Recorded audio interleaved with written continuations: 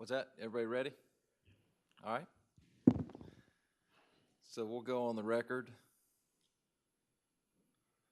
And this is going to be the hearing pursuant to Section 4 of the Macon-Bibb County Code of Ordinances.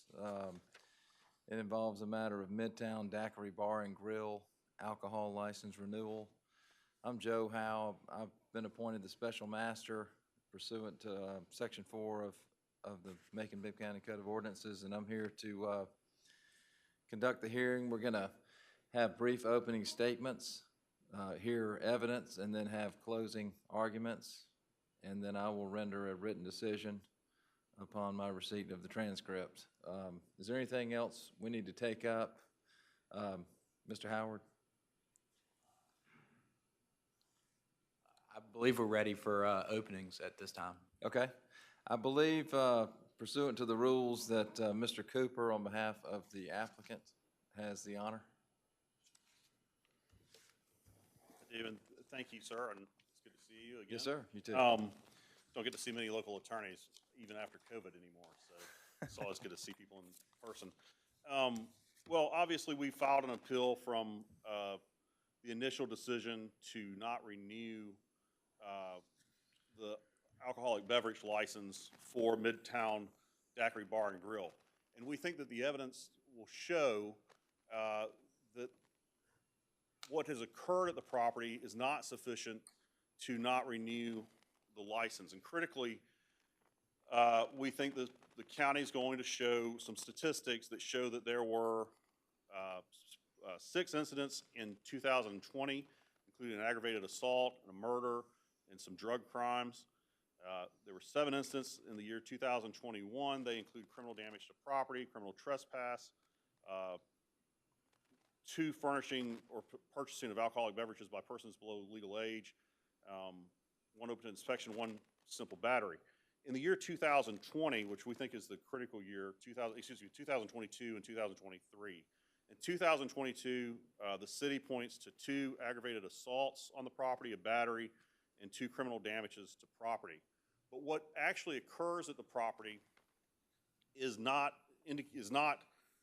revealed by those statistics, because what's occurring are shootings by people who are not patrons of this establishment. One of them occurred in the parking lot of this establishment during a Bloomfield gang day, and in fact, my client had notified the sheriff's department that there could be a violent incident in their parking lot or somewhere nearby. There were a large number of gang members congregating. They were not patrons of this establishment, and a shooting occurred. But here's the problem, and this occurs all throughout the county. I may have said city earlier, but this occurs all throughout the county. I've represented other businesses that have had this problem. Clients call the sheriff's department about these potential incidents, and no one responds. And so when they call about this potential incident involving Bloomfield gang day multiple times, not a single person responds, not a single deputy. And then a shooting occurs, and the county wants to say, well, we shouldn't have our adult beverage license renewed because of a shooting we warned them about by people who are not patrons of our establishment. One of the other criminal acts that I think they're going to point to based on the evidence they've produced involves a domestic incident in a car. 2 people, older people who are not patrons of this establishment, are driving down the road. They went to dinner and they were going to get beverages, adult beverages. They say in the police report at our establishment. But before they get to the establishment, they end up beating each other up in the car. And they ended up in the parking lot, and that's where they called 911. But that's not got anything to do with the provision of security inside our establishment. There was another shooting where the shooter was off property, and it started at a car wash nearby. And yeah, bullets end up on our property, but that's not our establishment. And so, but we take our obligation seriously to provide security for our patrons. And so this is an establishment that has 8 video cameras in it. Every inch of it is on camera. It's cooperated every single time there's been an incident on site. It provides its video footage to the county. It cooperates in prosecutions of people. And the few incidents that have occurred inside are not regular patrons. They're people who are there each night. But Midtown Daiquiri Bar and Grill has security at the front door that frisks people and checks them for weapons, that checks their IDs, that makes sure they're of age. That's every night that they're open. And on the weekends, when they have a higher number of people there, and there's some concern about more incidents, they pay an off-duty deputy, Deputy Nelson, to come sit in the parking lot, patrol, keep an eye out. And in fact, one of these incidents, the most serious of these incidents, I think, involves a person who was arrested, although he's been released again, and is now accused of another murder. But in that incident, Deputy Nelson was there. Deputy Nelson pursued this individual. Deputy Nelson knew who the shooter was, and I think they actually had to track him down out of state, perhaps, to arrest him. I'm not sure of the details.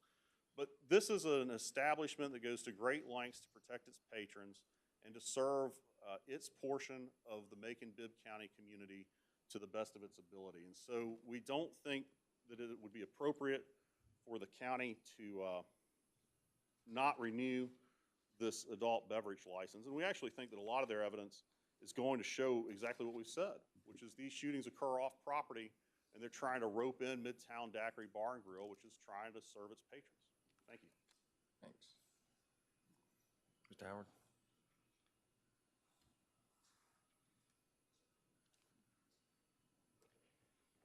Good morning. My name is Frank Howard. I'm an assistant county attorney, Macon-Bibb County. I'll be representing the county in this matter. The county is going to present facts today that shows that there are dangerous conditions at Midtown Daiquiri Bar and Grill at 4376 Log Cabin Drive, Macon, Georgia. A little bit of housekeeping before I go into what the evidence is going to show. I would like to call the special master's attention to Macon-Bibb County Code of Ordinances section 4-407J. What we're here today to do is determine what the facts are in this matter and issue an enumerated finding of facts so that the commission can take the facts as you find them today and apply the law as they see fit. But today, the facts that we are going to show are convincing that something needs to be done to curb dangerous conditions at this property. And these facts are going to include fights at the bar and thefts, multiple shootings, including a shooting on October 1st, 2022 in the parking lot, a shooting on October 15th, 2022, a reported shooting in November 24th, 2022, and a final shooting December 31st, 2022.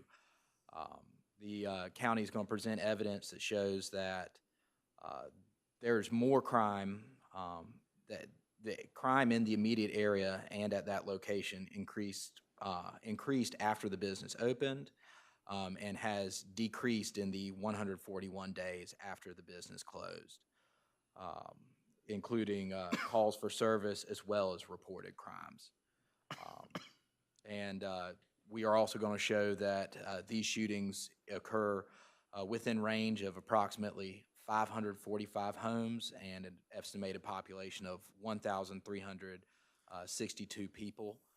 And when I say within range of gunfire. And so I'm going to I'm going to present the evidence today of these conditions I've briefly described and ask that the special master that you find those enumerated facts that I will request at the end of this hearing. Yes, sir. Appreciate it. And y'all do both focus on this. I'm just going to be finding facts. So I'm not to determine the outcome, just determine the facts. So I appreciate that. And I believe that Mr. Cooper, you're first up to offer evidence. Correct. And Mr. Where would you, our political commission need to act in this manner? Where would you like our? I believe right here.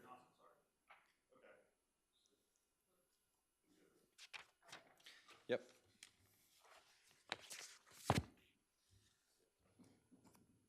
And tell me your name again. Johnson.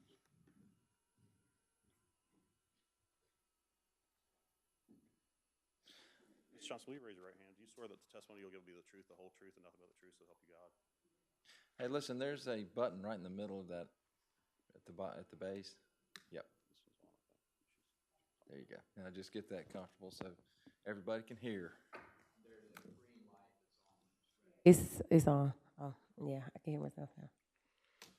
Will you please introduce yourself again? My name is Shamika Johnson. I'm the manager at Midtown Daiquiri Bar and Grill How long have you worked there? since 2020. And I want to clarify one thing immediately. The assistant county attorney said that there's been a reduction in crime since your establishment's been closed. Is your establishment closed? No, we were operating off the temporary license. And so since you received the county attorney's office on February 13, 2023, have you continued to operate? Yes, sir. And what type of security is provided at Midtown? We're open Tuesday through Saturday, so Tuesday through Thursday we have a security company at the door to check IDs, to make sure no weapons are getting inside the club. On Friday, the bar. On Friday and Saturday we have an off-duty officer that comes out and patrols the parking lot. And during the week we close at 11. On Friday and Saturday we close at 12. And who's the officer or the deputy who? It's Officer Nelson. And what does he do generally when he's there? Pretty much he just patrols the parking lot. He just sits at the front, make sure nobody's coming out with anything to drink, and stuff like that. Just making sure that the parking lot is safe. Does Midtown Daiquiri Bar and Grill pay him privately? Yeah, he charges us like $300 a night. Well, yeah, for 3 hours it's $300. When did you start employing him? He started in October after the shootings occurred. Cause up until then, we pretty much never had any issues, so we just had the security. Were you directed by the county to employ him? No. And since he's been working with you, how many shootings, to your knowledge, have occurred? Only the one shooting, the one that occurred December the 31st, which he was there and he saw the person, which they actually just rode down the street and started shooting. That's how he was able to get identified and he was arrested. So when you say that this person rode down the street, and we'll talk a little bit more about it in a bit, were they drinking in Midtown Daiquiri Bar and Grill? They were there earlier that day, but from my understanding, someone called them back up there. He pulled in the parking lot and he pulled in the parking lot, left, and then rode down the street and started shooting. Since that shooting on December 31st, have there been any other violent acts reported at Midtown? No, sir. So have there been any acts in 2023? No, sir. When there were reported acts in 2022 and before, did Midtown Daiquiri Bar and Grill cooperate with law enforcement? Yes, sir. Each time the police came out, we gave them video footage. We let them see the cameras that same night. They've also came back and were able to, they brought us like a disk drive so they could get the footage and use in the case to arrest, to make arrests in the crimes. Has Midtown Daiquiri Bar and Grill ever refused to produce any of that video footage? No. To the County Sheriff's Department? No. And would that be your responsibility as the manager to ensure that that's produced? Yes, sir. We're required to have cameras that record 24/7. And how many cameras do you have? At the time of the incidents, we had 6, but we've added 2 more, so now we have a total of 8. And are you aware of any portion of the establishment that's not covered by the cameras? No, sir. Everything is covered. Was Midtown Daiquiri Bar and Grill required by the county or the state, anybody, to add the 2 additional cameras? No, sir.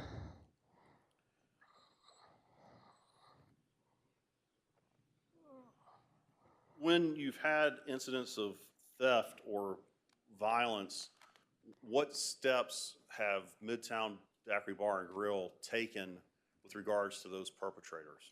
I'm not aware of any theft, but with the shootings, we pretty much just upped the security and hired the off-duty officer. Do you ban those individuals from the premises? Yes, sir. And we had tried to hire off-duty officers in the past, but we just really didn't, have any luck with it. Is the establishment reasonably well lit? Yes, sir. And are weapons allowed on the premises? No, sir. And what about knives? No, sir. I just want to clarify that I meant knives and guns. Do you cut off any patrons that you perceive to be overly intoxicated? Yes, sir. That's one of the reasons why we close early. Like, it's just bar come eat. Because it's 50% of our business is food. So a lot of people come there for the food, for the good food. You previously have looked through some incident reports with me, and I wanted to talk to you about those 4 incidents, and I can show you the reports to refresh your recollection if I need to. But one of them involves an assault on June 11th, 2022 with 2 individuals. Do you recall that incident? No, that was when you mentioned it. That was really my first time hearing of that. So I didn't even know the police was called there for that. But I was looking at the report, and the people in the report were like 44 and 45. Our age group is a little bit younger than that, so I don't even know if they, were actually coming there. But I know in the report it said that the man told the lady to drop him off there because they were already arguing. So I don't know if he just wanted to get dropped off and picked up by somebody else. And so to your knowledge, were they ever in Midtown Daiquiri Bar and Grill? No, sir. There was an incident report for October 1st, 2022. Do you recall that incident? Yes, sir. Tell me that date again, I'm sorry. October 1st, 2022. And what do you recall about that day? Well, that day, I guess it's called like Bloomfield Day. So a lot of people get together in Bloomfield, I think at the Macon Banquet Center, and they get there earlier during the day. So when it got dark, they migrated to Midtown. So I usually go like in at night or whatever to check. So by the time I got there, like the parking lot was full of people, and my security had called as well. So I was like, told them to go ahead and call the police to try to get the parking lot cleared out before we just let everybody out the bar, because you don't want more people on top of more people. Um, I know we probably made at least 3 calls ourselves, but before the police or anybody could get there, they had started shooting outside the bar. And I want to ask you this question. When you talk about a shooting outside the bar and you talk about letting your patrons out, were the people in the parking lot patrons of the bar? No, they were just in the parking lot.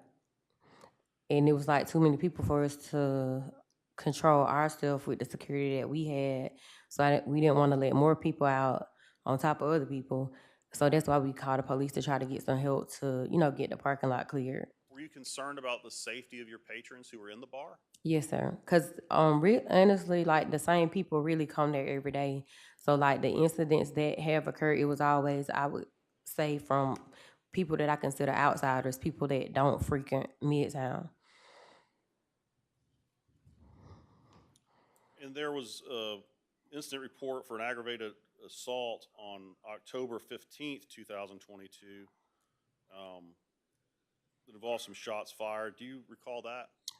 Yeah, I want to say that it started up by the car wash, but basically, I mean, it's not a secret. Macon has a lot of violent crimes, going on. So that had nothing to do with anybody that was in Midtown at all. And when you say Macon has a lot of violent crimes, is it your opinion that there's a lot of violent crime in Bloomfield? Yeah, I mean, Bloomfield is a bad area. It's really all over. But I think, and those people, I don't even think they were from Bloomfield. From my understanding, they were from the east side. and those people, they never come to Midtown. Do you have a, does your security, do you have a concern about gang violence in Midtown Daiquiri Bar and Grill? No, not for Midtown, no. Why not? Cause like I said, it's the same people. The same people really literally come there every day. Okay.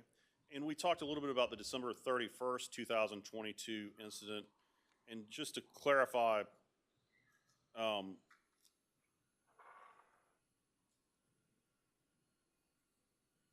had that person been in some altercation, to your knowledge, in Midtown Bar and Grill with another individual prior to driving back and shooting? No, sir. That, from my understanding, it was something, a retaliation for somebody that got killed earlier in the year in Macon on another side of town. And do the properties and businesses around you experience similar amounts of crime, to your knowledge? Like bars, you mean, or? Any of the properties? No. I mean, I know that statistics, like, we've got 8 phone calls in Sparks. They have 6, and they've had officers outside for years. So I just think it's something that's beyond our control.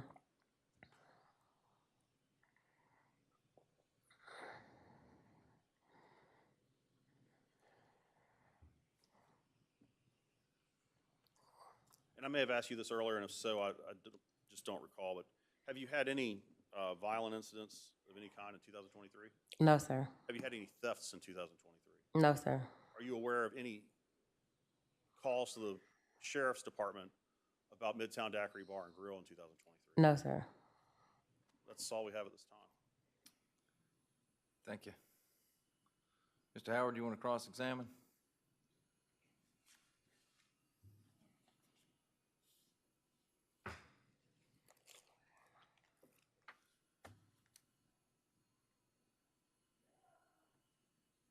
You want to cross-examine? Yes, sir.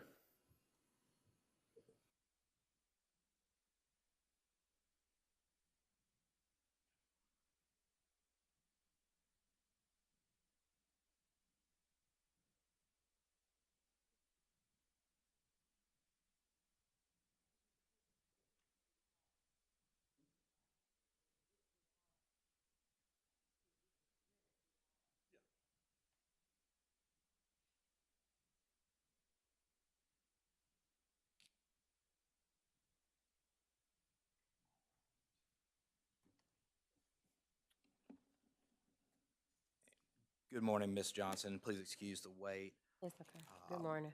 Good morning. Morning. So, let's see. You all have been operating all 141 days, or since the recommendation of the revocation of the license? Yes, sir. Because we were under the impression that we could just operate under the temporary license. And when did you start having Officer Nelson patrol your business location? I want to say it was the weekend after October the 15th, or probably depending on if let me see what day, October the 15th. He might have came that next day after that. Let's see, October the 15th. Oh, that would have been a Saturday. Yeah, so he would have started that Friday, October the 21st. So before that date, did you have reason to believe that you had control of your premises in October 2022? Yes, sir. We had security before then. We just had no off-duty officer. Like I said, I had reached out before, pretty much with no luck, and I had asked Officer Nelson before, but at the time he couldn't. So finally, pretty much after that, we just sat down and he agreed. You mentioned, I believe that was October 1st, 2022, that there was a crowd in the parking lot that was uncontrollable Yes, sir. and that they were not your patrons? Right. It was an event. Well, I don't know if you, like, people have like different days, like Bloomfield Day, Pleasant Hill Day, and it was a lot of people at the Macon Banquet Center, which is not too far from the bar. And pretty much everybody, like once people leave one place, they try to find something else to do. And they came to our bar, but most of them never came inside. What time about was that? It was probably I want to say they migrated there like once it got dark, so maybe like 9:30, something like that. And you knew that other event was happening that night, correct? Yes, sir. What actions did you take? And you knew that there was a high likelihood people would move from that event to your bar, correct? No, not in that capacity. No, You, I you didn't. didn't know there wouldn't be a chance people would head to your No, bar because from they that had event? this event every year, like since we've been open. So no, we've never had that many people there in that capacity. But you knew the event was happening that night, Yes, sir. and you knew that people tend to leave from nearby events and come to your bar. Right. So, how long have you been managing that bar? 2020. Okay, so, I mean, you've had enough experience, right, to know when to expect a larger crowd and when to have a smaller crowd based on events in Macon, right? Right. Okay, so, um, did you expect this event on that day? Did you expect that event to cause you to have more people that day? No, sir. We did hire like one extra security that night, but like I said, previously stated already, not in that capacity. They have that event every year. This was the first time that pretty much everybody literally came there because most of the time they'll go to overtime once they leave. Oh, excuse me, I'll let you finish. Most of the time they usually go to another bar, which is called overtime. So that's why I said that was the first time they ever came there in that capacity. That's why when I pulled up, I called the police. Why did you hire an extra security guard then? Just in case just in case we had a large crowd. But like I said, I didn't expect for it to be outside as well, which we did have, more people on the inside than usual as well, but not as far as, like I said, the outside. That's what I called the police for. So you expected a large crowd enough to hire an extra guy that night. Right. And with a larger crowd, you run into more crowd control issues, is that correct? Yes, sir. And what measures did you take to make sure that, I mean, you said earlier, right, that y'all were not able to control that crowd, correct? Yeah, we weren't able to control the outside, which like even when the police is there, when you just have security there, they're only supposed to control the inside. So that's the purpose of hiring the outside officer. In the parking lot around, the people were in the parking lot around your building, correct? Yes, sir. And that parking lot's on private land, right? Yes, sir. It's not a public street or public road like a bar downtown? No, sir. So what measures did you take to control that increasingly growing crowd before it got to the level that y'all couldn't control it? That's when we called the police. Y'all called the police before it got out of control? Yes. Not when people were banging on your windows? No. No? At the time when we called the police, nothing wasn't going on. It was just a lot of people.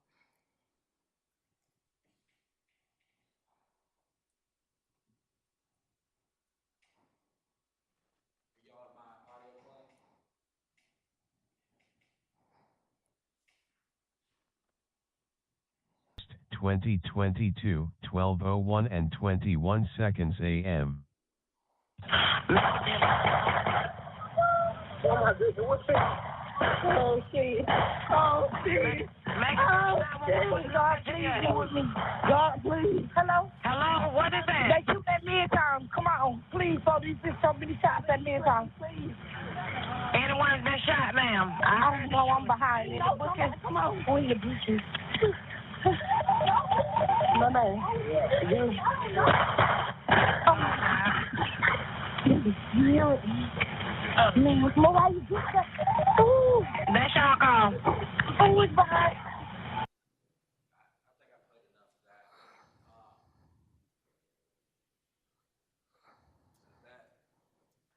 Was there a call, that was at approximately midnight on October 1st, 2022. When did you make calls before that 911 call? That was at midnight. Well, that must not be Bloomfield Day then, cause that night I called the police at around 10, Okay. so that might be October the 15th. What I just played you was from October 1st. You might have your days mixed up. Yeah, that's what I'm saying. It would have to be, but I'm not sure if on that night then we didn't call the police. I called the police on Bloomfield Day, so I might have it mixed up. It might be October the 15th. So was the Bloomfield event October 15th? I thought it was October the 1st, but if that call happened at 12, it had to be October the 15th. Because the shootings, if you had the calls from October the 15th, I think we would have called the police around like 9:30 or 10.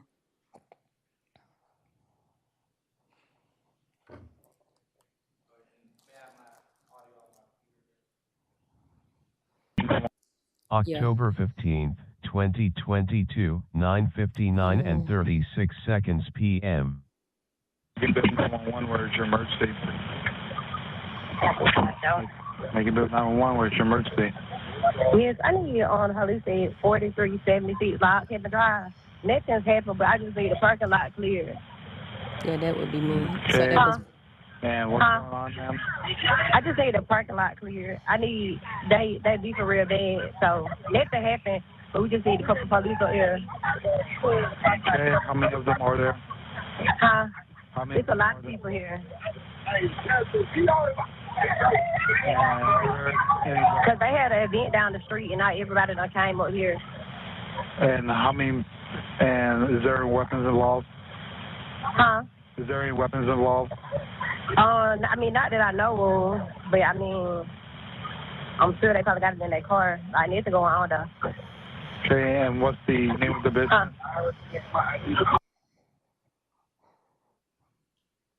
What measures did you take before that 911 call to clear that crowd from that parking lot? I mean, we asked everybody to leave.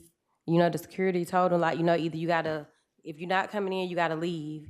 You know what I'm saying? So they weren't listening to us, so that's when the calls to the police were made. How many people were out in the parking lot when you started telling people to leave? I mean, I just, a lot of people, like, for one, we don't allow them to stand in the parking lot, so that was the main concern. Like, on a regular day, like, we don't allow people to stand in the parking lot. You know, you either gotta come in or you gotta leave. So what's your protocol? At what point do you start clearing people out of that parking lot? I mean, we never have people in the parking lot, so that's why when I pulled up and I seen all the people there, my security had been calling and I had told him as well to call the police. So when I got there, that's when I was still sitting in my car when I made that phone call. So,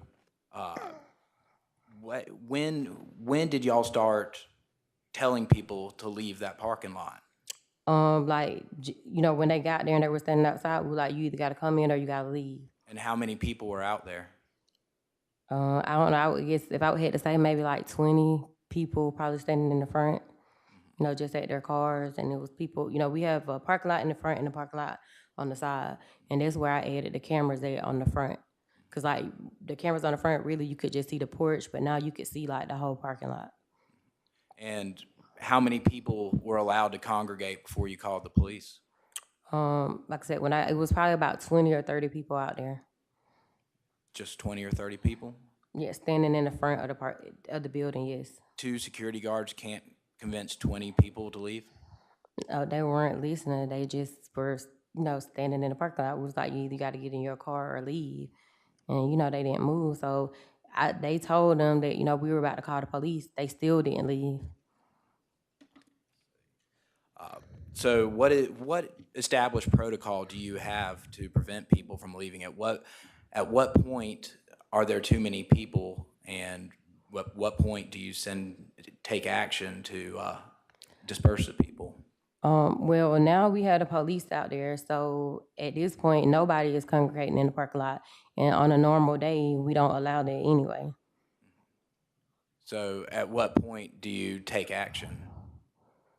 I mean, we don't have a reason to, that's what I'm saying. Like, I called when I felt like it was a need for it. But on a normal day, we don't have people standing in the parking lot. Like now we had the police out there, so it's nobody standing in the parking lot. But on October 15th, you knew that you attract unruly people in your parking lot and that they could potentially discharge firearms, correct? No, You didn't know that? no. You didn't know that after that shooting I played for you on October 1st, 2022? Yeah, no. They had nothing. Those were two separate incidents. They were, weren't they? But the 15th happened after the first, correct? Right. And you didn't see a potential for another escalating incident on the 15th? No, sir. Well, you did call the police at 10 p.m., correct? Right. And before that time, when did you start having your security guards go out there and clear the parking lot so you didn't have a repeat of those gunshots on October 1st? The security guard was telling them to clear the parking lot as soon as they got there, but like I said, they wouldn't leave.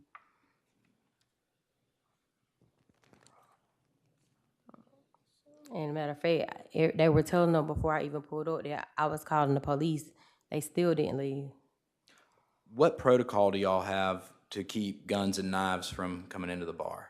We have security at the door, Okay. patting them down. Okay, and so And what? we already had security before the police started being there October the 22nd. We had security every day, Tuesday through Saturday. What does security do to prevent guns and knives from getting into your establishment? They pat down the patrons. We haven't had guns or knives inside the establishment. We don't have that issue there. It's always been the issues, the shootings, they never occurred inside the bar. It's been on the outside. And so you just do a pat down of the customers? Yeah. A search, to pat down, check like if the women have purses, we check their purses. Guys can't come in with bags. Like they're thoroughly searched. Do you use metal detectors? No, we don't have metal detectors. Just a pat down? A pat down. We had the security wand thing, but no metal detectors. Was the security wand thing, I guess kind of like a metal detector, but not a metal detector. The security ones, yeah. And they run that on every patron entering the business? Yes. Okay, thank you. We have a female security and we have a male. The females search the females and the males search the males. No further questions for this witness. Any follow-up questions for the witness? Let me just clarify a few things, Ms. Johnson. It appears that you may have confused the October 1st and October 15th incidents. Yes, sir. That's what I was telling you before we came. I wasn't sure if it was the 1st or the 15th. I mean, I don't go to Bloomfield Day, so I don't keep up with that.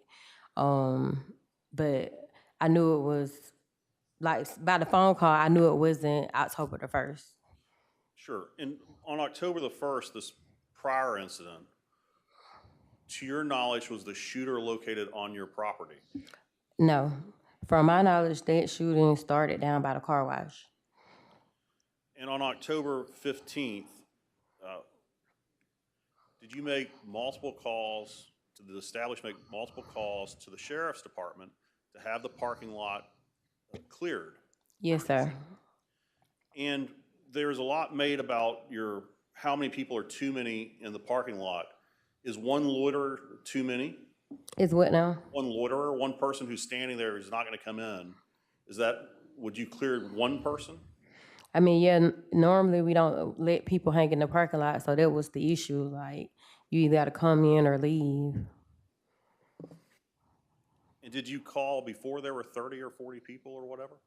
Yes, actually, my security was calling me saying, it was, everybody was hanging in the parking lot. So I told them, like, call the police. And they were telling the patrons, like, leave, we're about to call the police.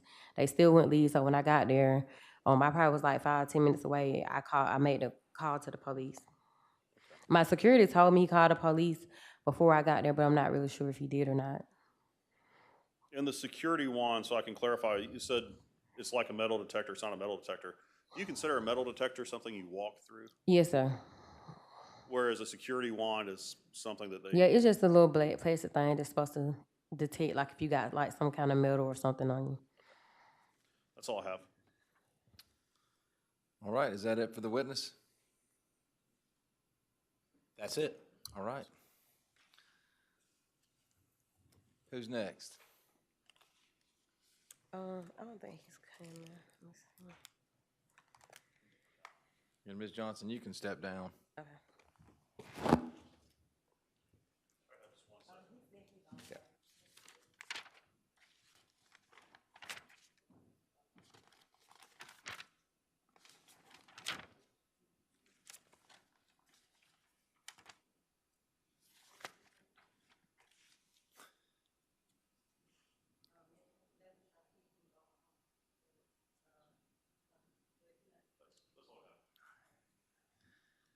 All right, so I'll allow the county to present their evidence. Is that right? Okay. Mr. Howard?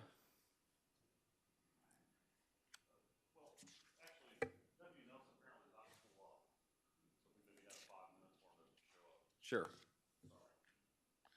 Do y'all want to take a quick break while we're doing that?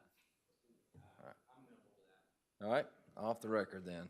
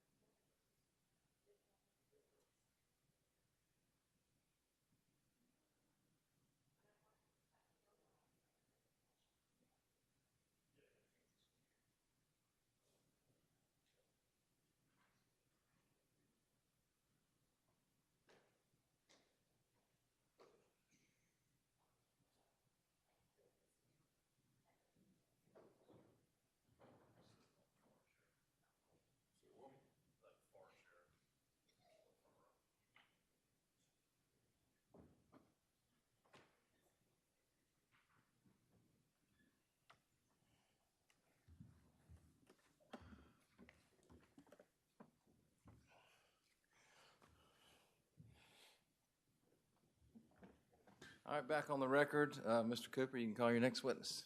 Thank you for your indulgence. We would call Sergeant Nelson with the Bibb County Sheriff's Department. Yes, sir. Mine? Sergeant Nelson, sorry. If you would swear the witness, yeah. I will. Will you raise your right hand? Do you swear that the testimony you'll give will be the truth, the whole truth, and nothing but the truth, so help you God? I do. Will you please introduce yourself? Sergeant Reginald Nelson, Bibb County Sheriff's Office. And do you work when you're off duty with the Sheriff's Office at Midtown Daiquiri Bar and Grill? I do. In what capacity? Security, parking lot. And when generally, if you may not remember the specific date, but when did they hire you? The end of October, beginning November, somewhere around that time. And what days do you work on site? Just the weekends, Friday and Saturday. And have you worked every Friday and Saturday since you were hired? Not every Friday and Saturday, but majority. Has someone, to your knowledge, has another off-duty deputy worked when you've been unable to? Yes, sir. And so they've had somebody who's off duty as a sheriff's deputy on site every Friday and Saturday? Yes. Okay. And are you aware, well, first of all, let me ask you this. What do you do to provide security on site? What I do out there? Yes, sir. Make sure when they come out, they don't come out with any alcohols, anything like that. Make sure they get to their car and leave the premises. Make sure there's nothing, like no fights or anything gonna happen out there. I just make sure, all right, this is over with, y'all get in your car, let's go.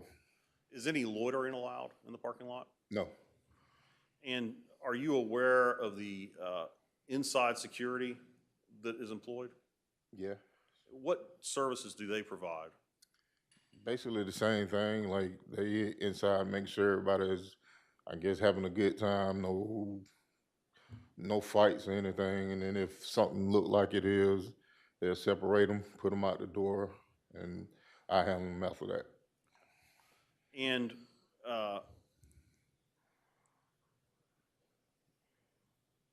do you know if the inside security screens people when they come in for weapons? Yes, they do, right at the front door.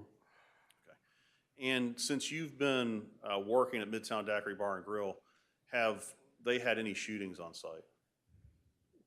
Well, only one I can think of is New Year's Eve, but it wasn't on site. It was like a drive-by. Okay. Can you tell us what you know about that?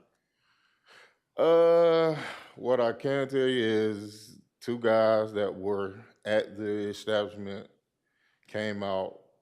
I overheard them saying, come on, let's go. And they got in a vehicle and they left.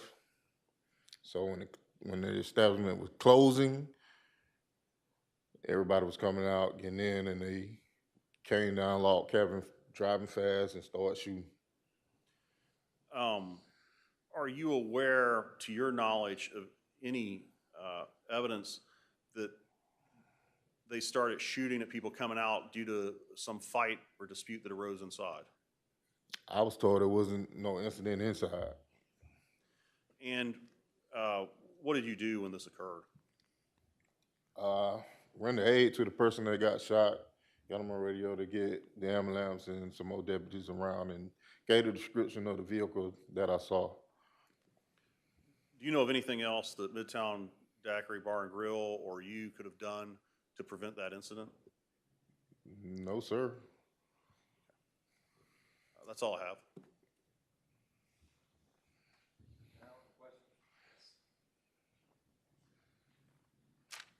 Good morning, Deputy. How you doing? Doing all right.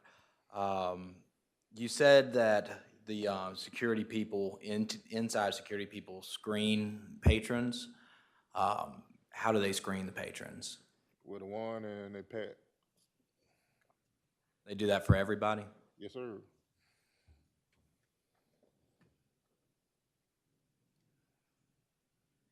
And you mentioned that persons who fired on the Midtown Daiquiri Bar and Grill on December 31st, they had been in the establishment and they left the establishment? Yes, sir. And they were driving what, that Lincoln Navigator, silver Lincoln Navigator? Silver, yeah. Silver or gray, whatever color it was. Mainly, I think it was silver. Okay. And then they drove back and opened fire on Midtown Daiquiri Bar and Grill. Yes, sir. Okay. And nothing in that bar happened to let you know that there was deadly intent between the shooters and whoever they were shooting at? Not to my knowledge. Like I said, I don't go inside because we're not prevented to go inside. That's why we stay in the parking lot. So when I asked about what went on, it's like nothing. Like we don't know what the problem is. So when I talked to the security people that were inside, How many security people were inside? 2 to 3, And how many patrons were in the bar that night? 50, 60 maybe. I don't know. What's the maximum number of people that are in that bar? I can't tell you. You can't tell me how many people you see go into that bar? If every day or just the days that I work. How many people do you see before they start making people line up? It really don't be a line. No. No. Okay. It's not that crowded. Like that establishment is not crowded like that. It's never crowded? Never crowded to the point where the You gotta crowd have a can't be line. controlled? Yeah, it's not like that. Yeah, like it's a crowd, but it can be controlled on the inside. Okay. Well, how many people do you estimate? Do you see more than 10 people go inside at a time? Not at a time. Do you see more than 50 people enter the building? Throughout the whole night, probably 40, 50 people. Okay. And that's tops. How many people are in there? Yeah. And 2 or 3 security guards are watching 40 or 50 people? Yes. Okay. And where are those security guards watching the people? They're inside, so I really can't basically tell you where they posted up on inside. Like I said, I'm prohibited for going inside unless something's going on inside that I need to go in there and handle. But majority of the time that I'm there, I barely go inside for anything. If something goes on inside, they bring them out the door to me. By that time, he, she, whoever, let's go. So was that, in your opinion, as a law enforcement officer who provides security for these bars, were there enough people there that they could have detected anything amiss in that bar? What do you mean? When I say amiss, I mean that people are mad enough at other people to open fire and try to kill other people. That's what I mean by amiss. I couldn't say what somebody else would think because I don't know. You know what I'm saying? I don't know the guys and those guys. I don't know them on the street like that. Like these are young kids that are doing this, so I really don't know them because I've been doing this job for 20 years. I know older people. So what you know that night is that the shooters left the bar, got in their car, it was that Lincoln Town car, left, came back and opened fire. Yes, sir. And no report before then was made internally about any concerns between patrons before that shooting happened. No, sir. That guy that was driving that vehicle came earlier. Like when I got there, he came. They came in. He left. He came back. He left, and he came back. So throughout the whole night, it wasn't really nothing, you know. And I understand you're outside the business, you know, and not in. But thank you. I have no further questions for this witness. Any redirect? No. All right. Well, Sergeant Nelson, thank you for your time, and you can step down. Mr. Cooper, any other witnesses or evidence? No, sir. Any documentary evidence or anything? No. Okay. All right, Mr. Howard.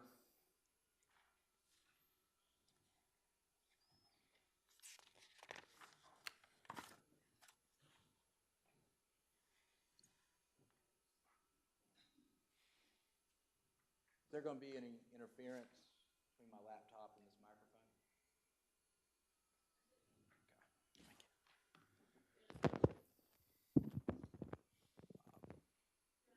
This works for me. Thank you.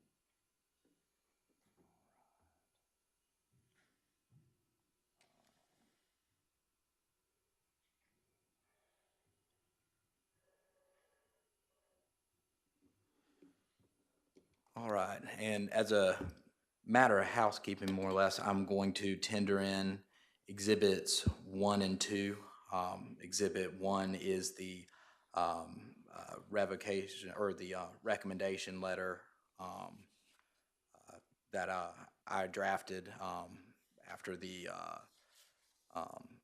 Macon-Bibb County Commission, acting as committee of the whole, voted to recommend denial of the renewal of the Midtown Daiquiri Bar and Grill license.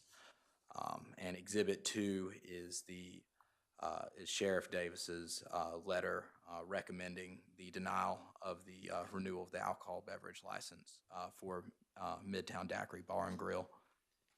Any objection? We don't have any objection to number 1. Number 2, we don't object to it being admitted for the purpose that it was submitted to the county attorney's office, but you know, the content of the actual letter as to what he says about the incidents and whatnot, we would object to that to the extent that he's not going to testify. Fair enough. I'll allow it over objection. Okay.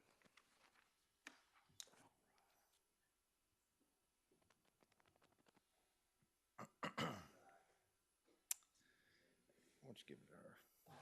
And I do have the courtesy copies you gave me earlier, so I've got that here, and you can just give the originals to the court reporter for the record.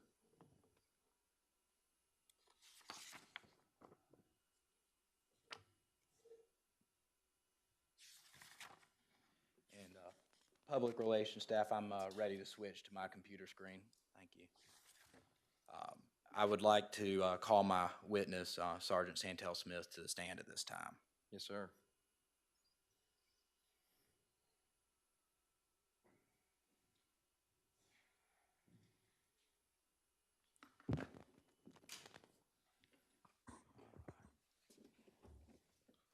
And Sergeant Smith, you swear to tell the truth, the whole truth, and nothing but the truth, so help you God? I do. All right, thank you. You please introduce yourself to the court. I'm Sergeant Santel Smith with the Bibb County Sheriff Office, assigned to the Crime Analysis and Statistical Unit of the Sheriff Office. And what do you do in that capacity? We provide to the administration as well as to the community and all stakeholders related to crimes in our community. And what qualifications do you hold to do that job? I'm currently, I possess multiple post-high school degrees from bachelor's degree all the way up to a doctoral degree. Additionally, I have received training from the state of Georgia and crime analysis and statistics as well. So what experience do you have that allows you to track patterns of crime? Through our training that I've taken, we able to do 3 different types of patterns of crime, which is tactical, administrative, and strategic analysis. And what do you use that education? What tasks do you perform with that education? With that, we're able to build crime patterns. We're able to detect abnormalities in crimes. We are able to sometimes make some predictive analysis to what crime may occur or when it may occur. Are you qualified to use ShotSpotter? I am. All right. And how are you qualified to do so? I'm actually the administrator of the ShotSpotter for our agency. And what is ShotSpotter? ShotSpotter is a sound detection system that triangulates gunfire to be able to provide a more accurate location to where gunfire incidents are taking place. And do you have specialized knowledge in identifying munitions and gunfire and the weapon from which it came? Yes, sir. And are you able to chart out geographic crime patterns? Yes, sir. Okay, and how are you qualified to do that? By taking what global information system additional training that's been offered by the sheriff office, the county, and additional training from our crime analysis courses. And otherwise, you're able to analyze crimes to detect patterns in the Macon-Bibb County area. Yes, sir. Sir, thank you. Let's see. Are you also a keeper of Bibb County Sheriff's Office records? I am. All right. And so if I were to show you Bibb County Sheriff's Office case reports pertaining to Midtown Daiquiri Bar and Grill at 4376 Log Cabin Drive, would you be able to recognize them? I would. Okay. And are you familiar with that establishment? I am. Okay. How are you familiar with that establishment? I became familiar with the establishment upon several incidents that took place at that location, in which my administration asked me to do analysis of that location. Okay. Let's see. So are you familiar with how long the business has been operating and basic information about the business? Yes, sir, through some research. Okay. Let's see. I'm turning to the second slide, and what I marked as Exhibit 8. Let's see. When did Midtown Daiquiri Bar and Grill open? If I were to, have you forgotten? Yes. If I were to show you something to refresh your memory, would you remember? Yes, sir.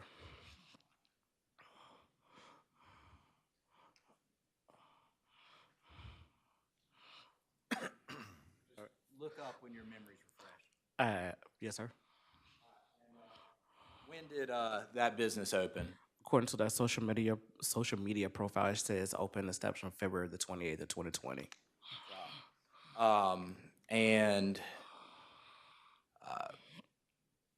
in this slide in here, I can provide you, if there's no objection from council, kind of speed things along, I can provide you with a copy of this slide. Yes, sir. Thank you. You describe that the business is located in a residential community or a mixed residential and commercial community. What do you define as a residential community? In a place that has dwellings in which is intended for people to live as a permanent residency. Okay. And why do you mention on that slide that there are 545 homes? Yes, sir. So the information was gathered from the U.S. Census Department that was able to provide information from GIS, be able to provide us information about homes in the area as well as business locations. So using that information, we were able to draw a map around those locations and provide those numbers. And what geographic area does that include? This includes the Summerhill community and area that's off of Atwood Drive. Is it that picture on the right side of the slide? That is correct. Okay, thank you. And where is, let's see, there says that there's a estimated population of 1,362.5. Yes, where did that data come from? That information came from citydata.org, who maintains geographic information about different cities across the country. That information says that that's the average household size for Macon-Bibb County. Thank you. Let's see. Just so when I go back and look at this, go back to that map and just point out where on that map this establishment is located. And it's hard for me to read, so. Oh, you may need to go up and. Yes, sir. I mean, I don't think he Go might. up to him and with the paper and point it out would probably be the best way to. Sorry to break your rhythm there. That's fine. Right there in the corner? Yes, sir. Okay, all right, thank you. I don't think we'll need it. Thank you. So for the record, it was the red dot in the top left corner of that map. But then I just click right here. Awesome.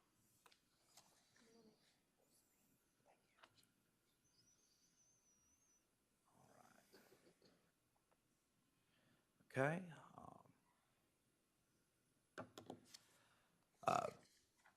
What crime patterns did you notice before Midtown Daiquiri Bar and Grill opened? So, looked at 6 months prior to the establishment opening, according to their information that opened on February 28th, there was approximately zero call for services.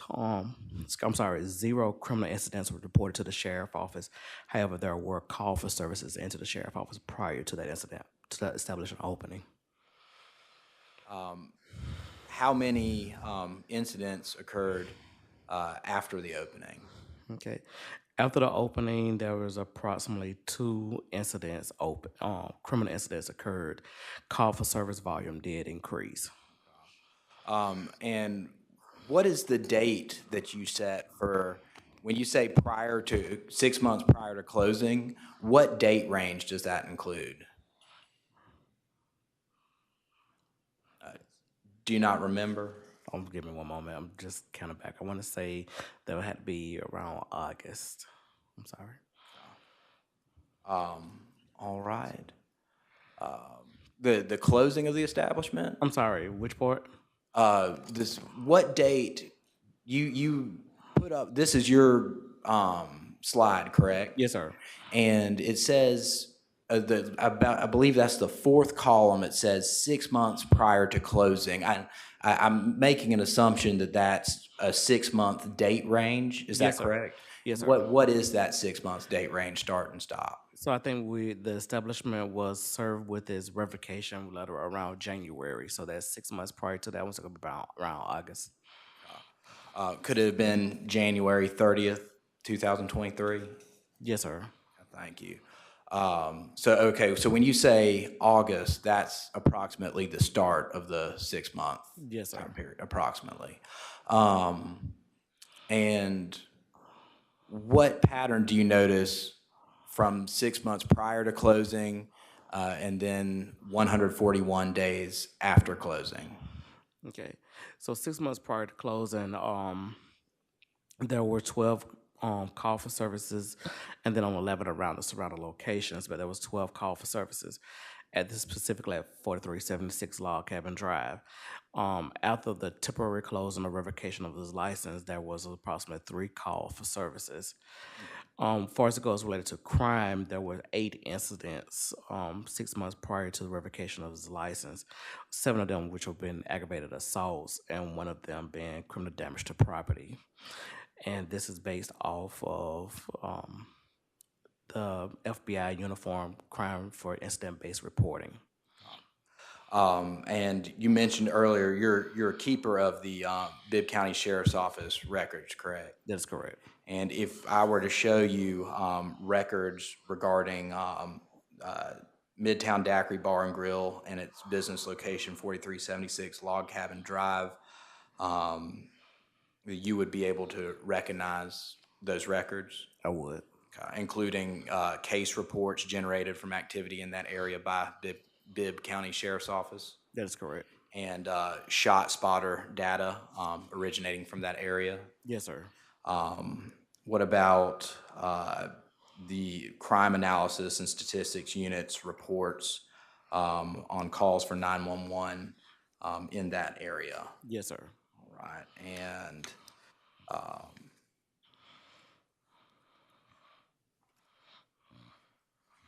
see. And let the record reflect, I'm offering Mr. Cooper an opportunity to view what I marked as on my bottom right-hand side is MBC Exhibit 3, 4, 5, and 6. They are the same as the courtesy copy, yes.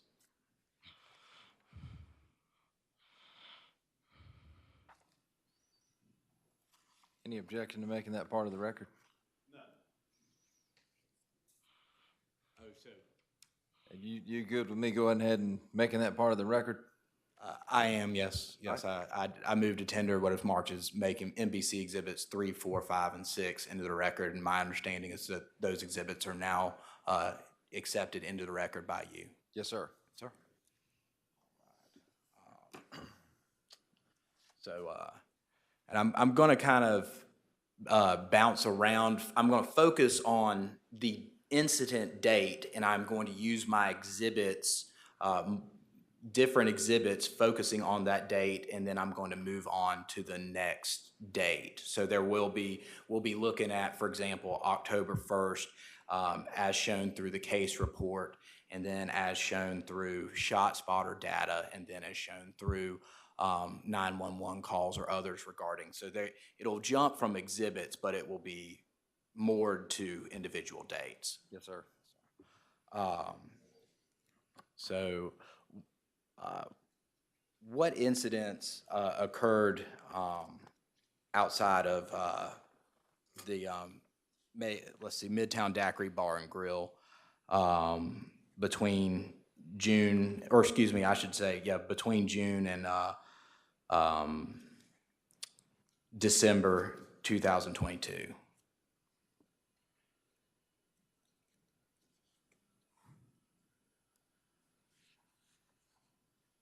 From As you know, and you could use Exhibit 3 as your reference point for that. Yes, sir.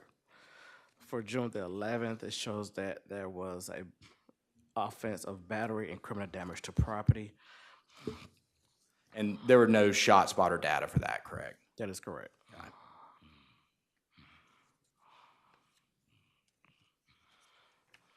And what's the next date that we have? It's going to be October the 1st, 2022, approximately 12:01 a.m. And this is for criminal damage to property. Okay. And what's the next case report we have mentioned here? It's going to be October the 15th, 2022, in which is aggravated assault, 2 counts. And do we have shot spotter for both October 1st, 2022, as well as October 15th, 2022? We do, sir. Thank you, sir. And what is the last case report in Exhibit 3? What event happened then? This is an aggravated assault, 5 counts. This is from December 31st at 12:32 a.m. And do we have shot spotter for that as well? We do. And did you perform any investigation of these incidents? I did. What investigations did you perform on these incidents? And let's focus first on June 11th, October 1st, October 15th, and then December 31st, briefly, what investigative efforts you took for each of those dates. So I reviewed each one of the reports for this incident and also compared it to the crime analysis to for verification to information that we have in our systems. And June the 11th shows that this incident took place in which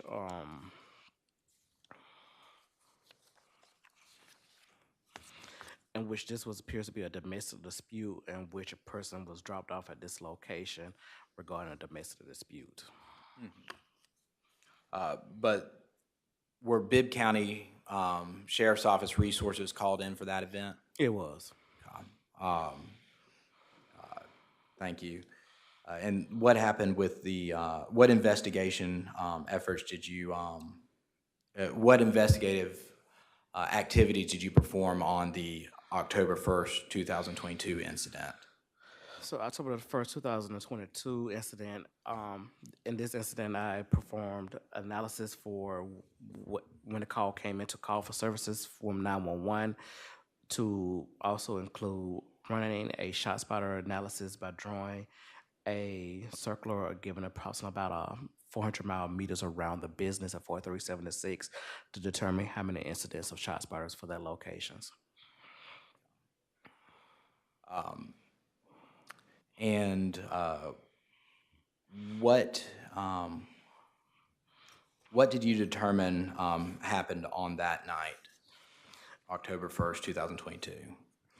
From this incident on October the 1st, 2022, it shows that in this incident, it appears to be multiple individuals, one of which using a high-power caliber weapon, most likely believed to be a long rifle, was discharging a firearm at this location. Were you able to observe any of the weapon fire? Yes, sir. So with the shot spotter information, it was able to provide me with the audio from that incident from October the 1st. Okay.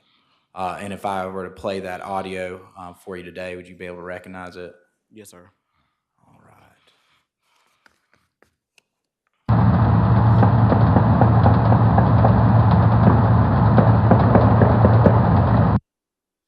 All right.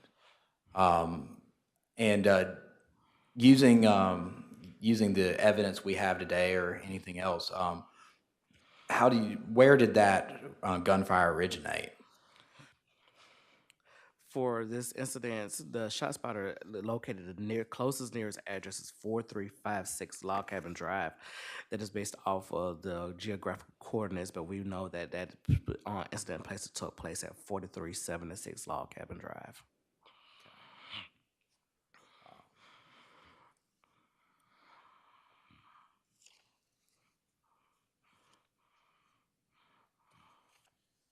Let's see. It looks like I'm having some technical issues I'm working through here.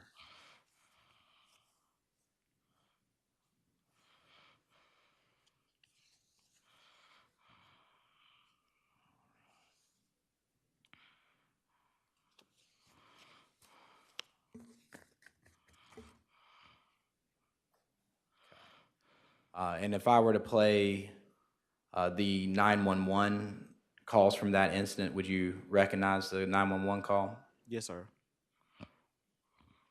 October 1st, 2022, 12:01 and 21 seconds a.m. Oh my goodness, what's that? Oh shit. Oh shit. Oh shit. God, please be with me. God, please. Hello? Hello, what is that? They shoot at Macon. Come on. Please, folks. These is so many shots at Macon. Please. Anyone's been shot, ma'am? I don't know. I'm behind it. Come on. On the beaches. No, no.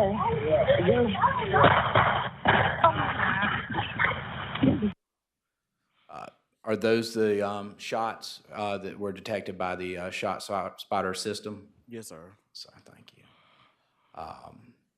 And let's see.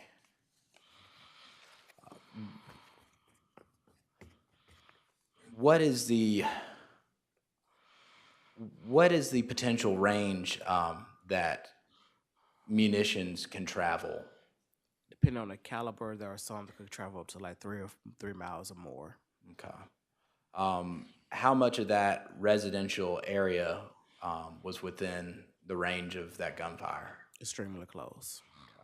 And I say the residential community you mentioned earlier. Yes, sir. With 1,362 people. Were those people within range of that gunfire? Yes, sir. Thank you.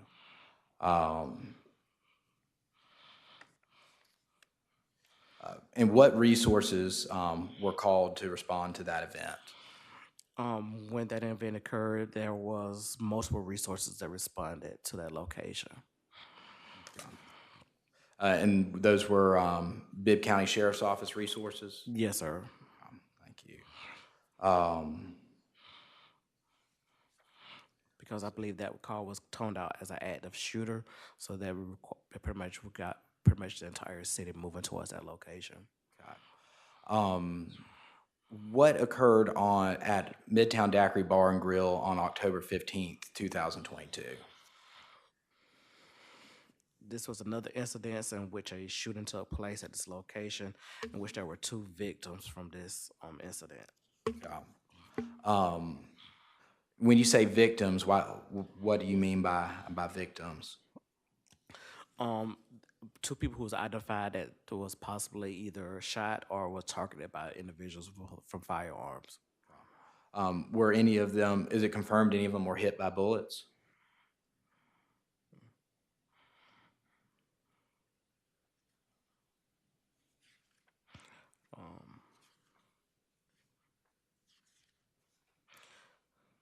Yes, sir. Somebody was shot, sir. Thank you.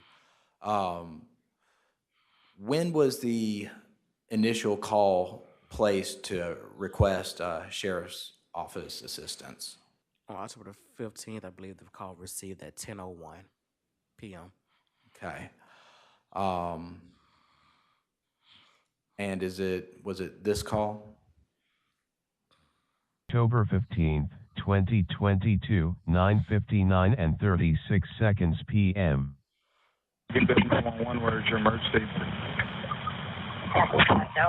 Macon-Bibb 911, where's your emergency? Yes, I need on how they said 4376 Lock Cabin Drive. Nothing's happened, but I just need the parking lot cleared.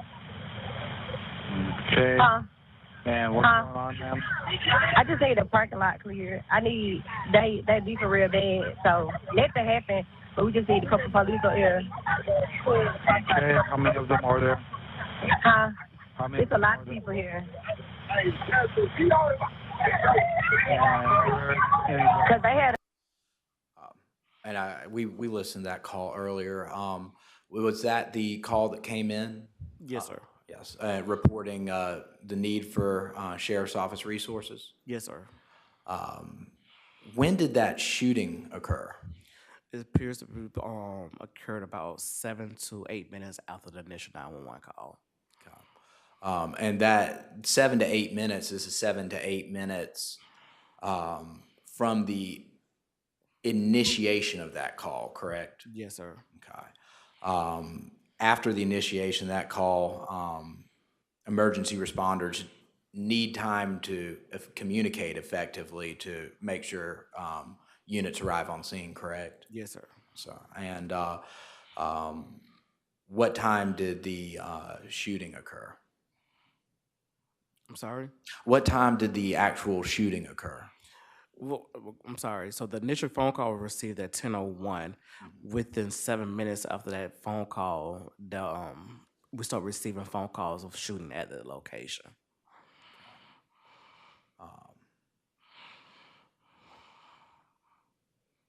see if this will work for me. It might have timed out.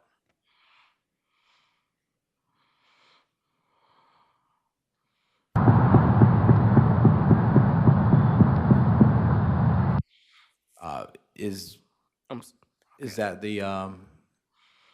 the shooting? Yes, sir. Sorry. So according to ShotSpotter data from that day, from October the 15th, it shows that the first ShotSpotter alert received into the system was at 10:11. Okay.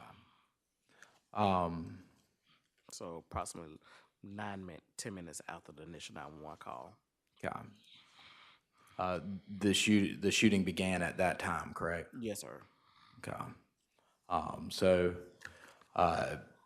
from that moment the call was initiated, communications were made regarding the call, and a deputy was en route to that call. There was only 9 minutes time. Basically, rough, give or take a few minutes. What kind of weapon was being used to fire those rounds?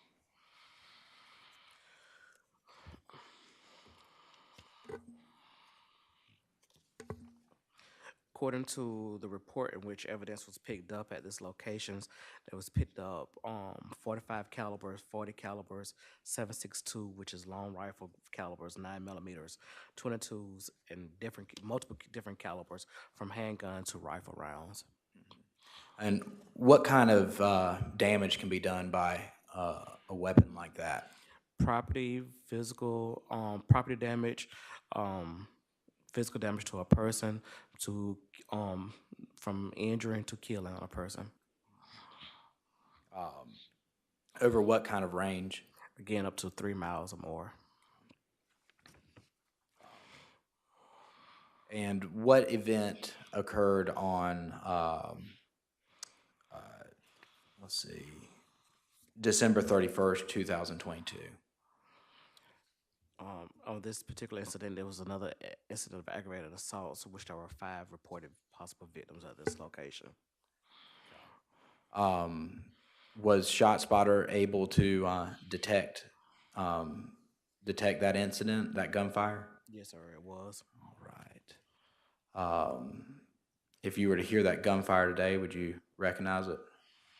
Oh, yes, sir, from ShotSpotter.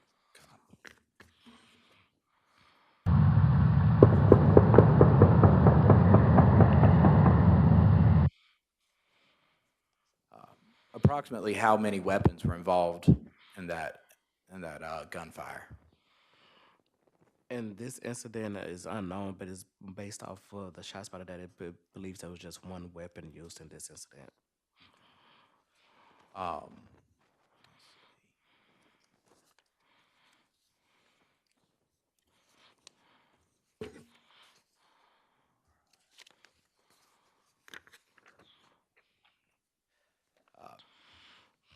I'm turning your attention to the next slide. It's called Shots Fired and Shot Spotter. What data are you, you created this slide, correct? Yes, sir. What data are you exhibiting in this slide?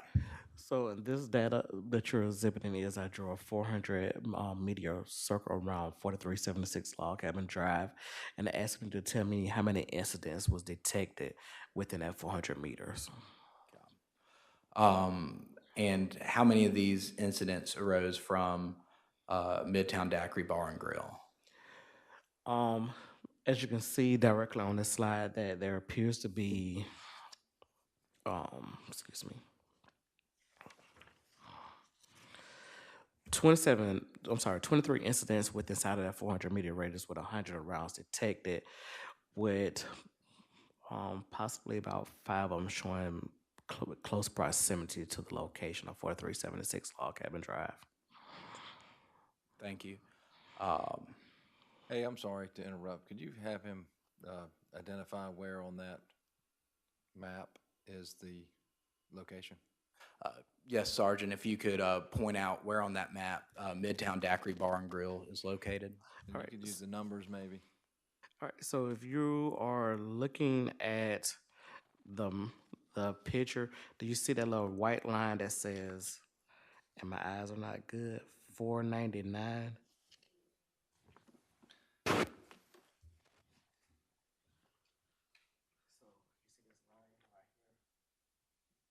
Okay. Okay, right beneath the numbers 2 and, no, I'm sorry. Okay.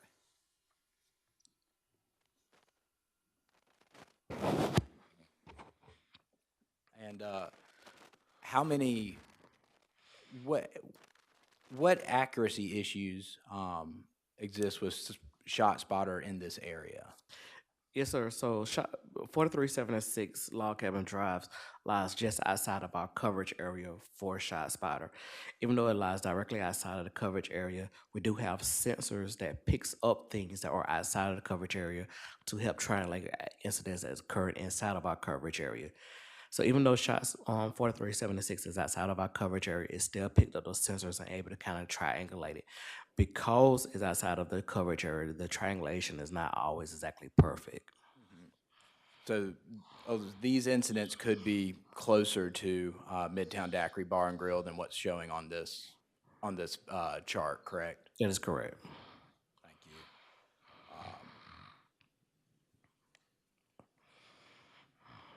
All right, and then I'll turn your attention to Exhibit 5. What data did you pull regarding the Midtown Daiquiri Bar and Grill located? What crime data did you pull within 100 yards of 4376 Log Cabin Drive? So within 100 yards, far as it goes, we had 9 911 call for services from January the 1st, 2022 through January the 12th, 2023. And with Tell me those dates again. January the 1st, 2022 through January the 12th, 2023. Using that same time frame, we had 7 victims of aggravated assault, 1 victim of battery, and 2 victims of criminal damage to property in the 2nd degree.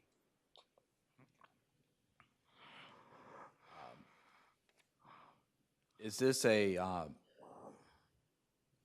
typical amount of crime for that radius of an area in Macon, Georgia?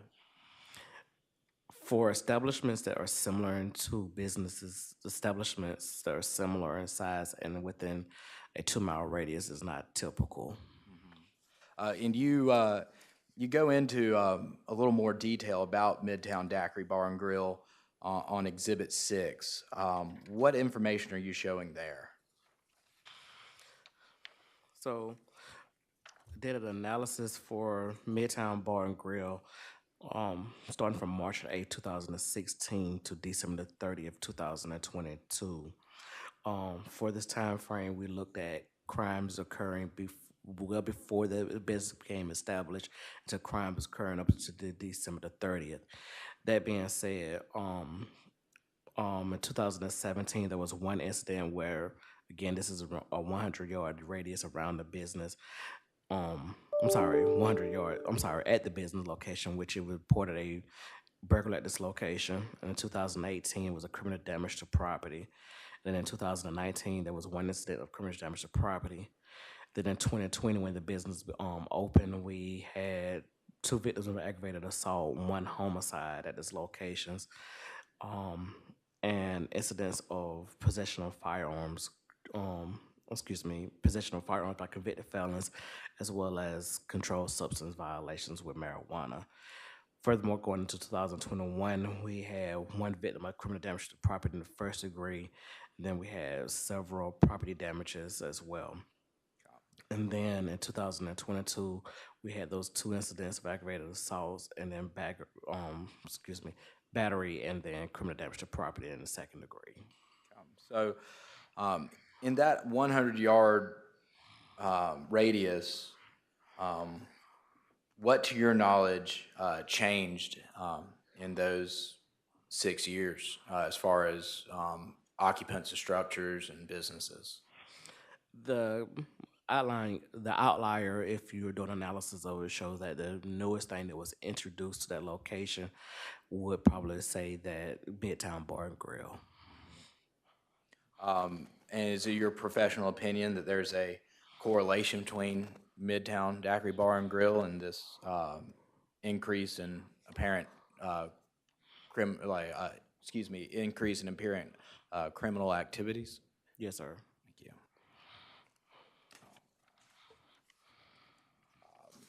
And was that wasn't the only analysis you performed, was it?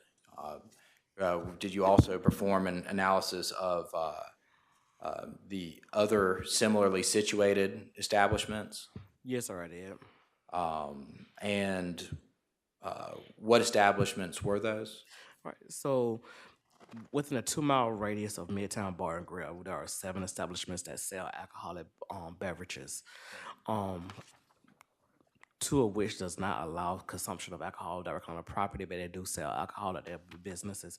And there were the others who does allow consumption of alcohol on their premises and share some of the same geographical relations that Midtown has, being located inside of both the residential and commercial communities. And are they in roughly the same area as Midtown Daiquiri Bar and Grill? Yes, sir. And so, are they reasonable comparisons for purpose of determining presence of criminal activity? Yes, sir. Okay. And if I were to show you that report you completed, would you be able to recognize it today? Yes, sir. All right. And just for the sake of expediency, I'm also going to tender in Exhibit 8, the slideshow as well. Excuse me. All right, those are admitted. 7 and 8, right? That's correct, yes.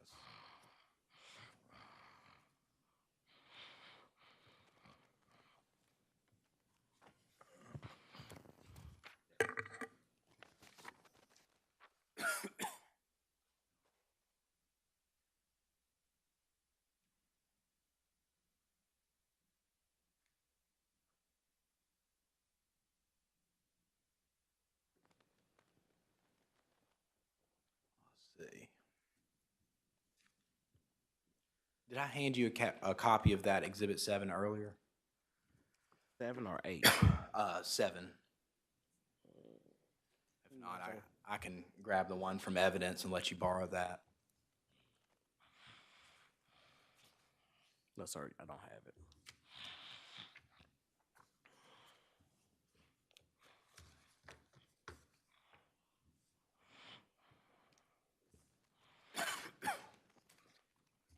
So what criminal activity did you note at these other businesses? And could you just go business by business and explain what you saw? All right. So the first business we're going to discuss is going to be Ice Bar Grill, which is located at 3484 Williamson Road here in Macon, Georgia.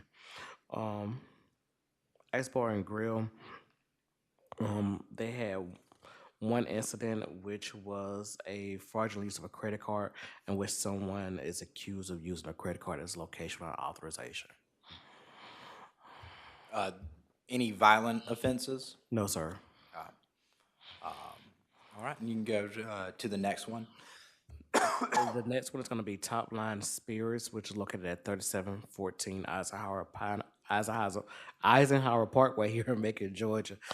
And here at Top Line, there were a total of 2 criminal cases, for both of which are being for shoplifting.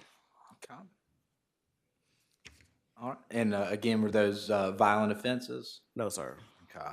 What about Sparks? I believe the next one is Sparks Wings and Delis. You can correct me if I'm wrong. Yes, sir. Okay. And what happened at Sparks? Sparks Rings and Deli had a total of 6 incidents, one being a property crime, the other being 5 society crimes. And pretty much all of the crimes at Sparks Deli was officer initiated. What does that mean? They was employing off-duty deputies at this location, in which while they were working in the parking lot and as well as managing the door of the business, they stopped individuals with guns as well as with illegal narcotics trying to enter the business or exit the building with those items. And while working in the parking lot, they did come across one incident where someone was trying to break into a car. So were there any violent offenses before these people were detected and apprehended by that off-duty officer? No, sir. Okay.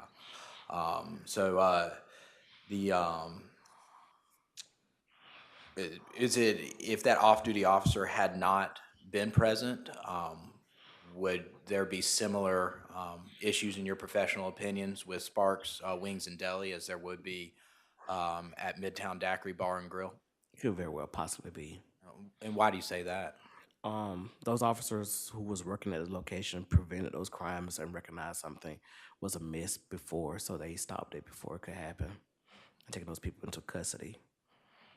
And so it's your experience, based on your experience as a crime analyst, that if they had not stopped those guns, crime would have occurred in that establishment? It's possible, yes, sir. What kind of activities go on in that establishment? I'm sorry, what do you mean? What kind of business activities go on in that establishment? It is a food and bar eatery, as the same as Midtown Bar and Grill. What kind of beverages are served at that establishment? Alcoholic beverages. And how late is it open? I believe that they stay open to the county ordinance time, which is 2 a.m., I believe. And can you go over any similarities or differences with to your knowledge of that business with Midtown Daiquiri Bar and Grill? Just that they employ, I think, multiple officers located at this. From reading the reports, they employed multiple off-duty deputies who were working the location, so those deputies was able to stop stuff from happening before it took off. All right. All right, and you can move on to the next property. Thank you, or next business. Excuse me. The next business that actually showed call for service is going to be Atlas Bar and Grill, which is located at 3642 Napier Avenue. At this location, they reported 0 person crime, but 3 property crimes that took place. Okay. And were there any other similar businesses you studied to determine patterns of criminal activity? Yes, sir. So I looked at additionally Macon Beverage, Ice Bar and Grill, all of those locations, and PNP Liquor Store, which is located off of Mercer University, none of them had any reported crimes. So which of these businesses that you reviewed, looking for similar businesses to Midtown Daiquiri Bar and Grill, and including Midtown Daiquiri Bar and Grill, which ones had the most total crimes reported? The most reported crimes was going to be for Midtown Bar and Grill. And which establishment had the most crimes against persons? It's going to be Midtown Bar and Grill. All right, thank you. No further questions for this witness. Cross-examine? Yes, sir. Off the record.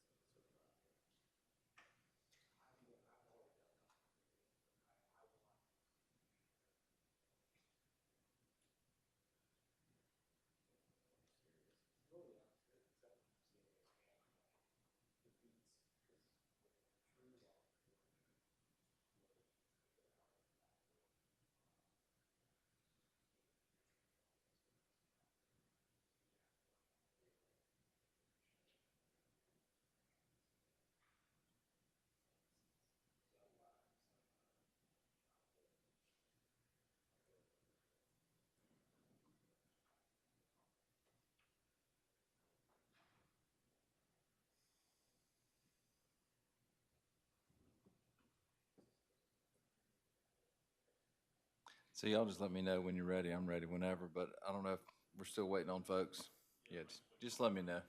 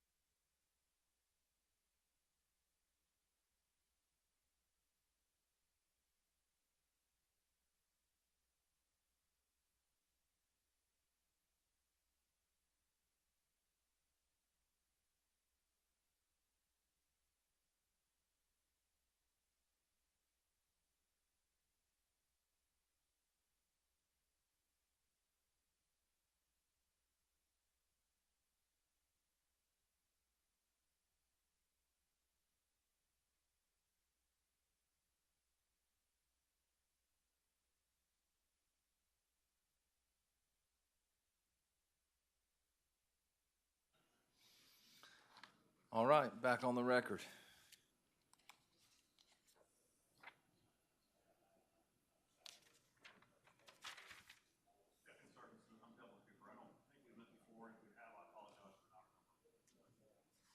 I just have a couple questions for you.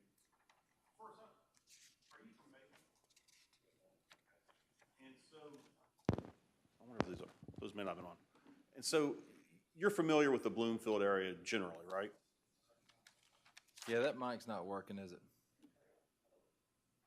Mine wasn't either.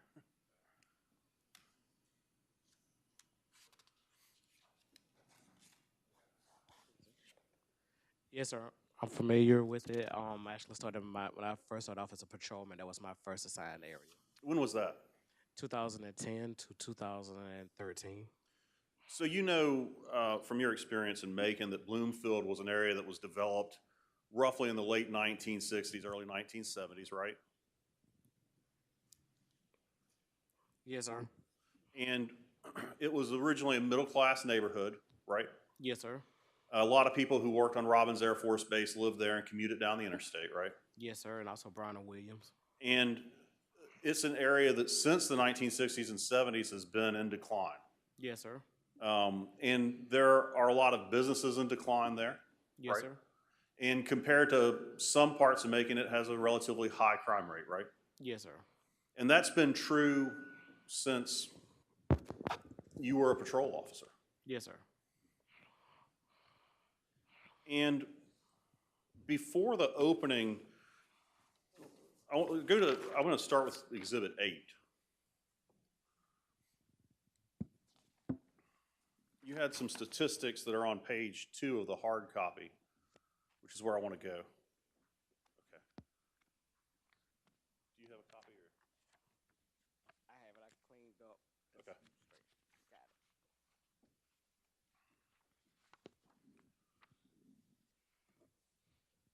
Got If you go to page 2, Yes, sir. at the top where you've got the call for services and report at crime, Yes, sir. let's talk about the column 6 months prior to the opening. Do you know that before Midtown Daiquiri Bar and Grill opened, that particular business included a catering place and a church? Yes, sir. And they still had 5 calls for service. Yes, sir. A church and a catering place, right? So I believe that at one time that used to be Frank Carr's on Wings. I'm having trouble hearing that. I believe at one point that was Frank Carr's Wings. And I want to go through the exhibit 3s. I think those are all the incident reports. There were 4. Yes, sir. Okay. The one on June 11th, 2022. Yes, sir. Nothing in that narrative includes any reference to anything that had happened inside Midtown Bar and Grill, right?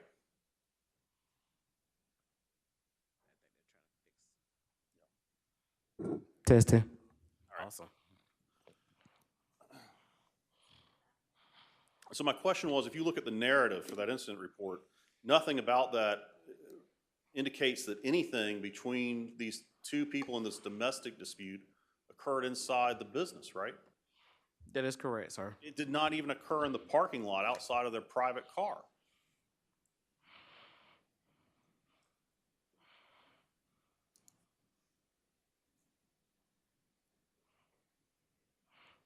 Give me one moment, sir. Sure. Repeat your question again. I said there's nothing that occurred between these 2 individuals reflected in this narrative that even shows that anything occurred in the parking lot of the business outside of their private car. According to what I'm reading is that once they got into the parking lot of Midtowns, there was a tussle inside of the vehicle. Right, inside the vehicle. Yes, sir.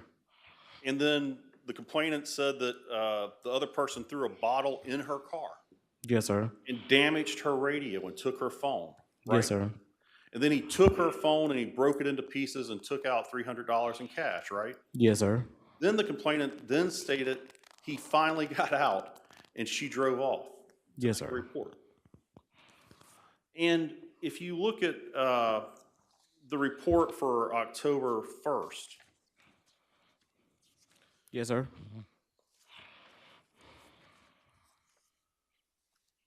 this is, well, let's go through these shot spotters when we look at this. There are several shot spotters in Exhibit 4 for October 1st, right? Yes, sir. The first one I see indicates what's numbered 11, right?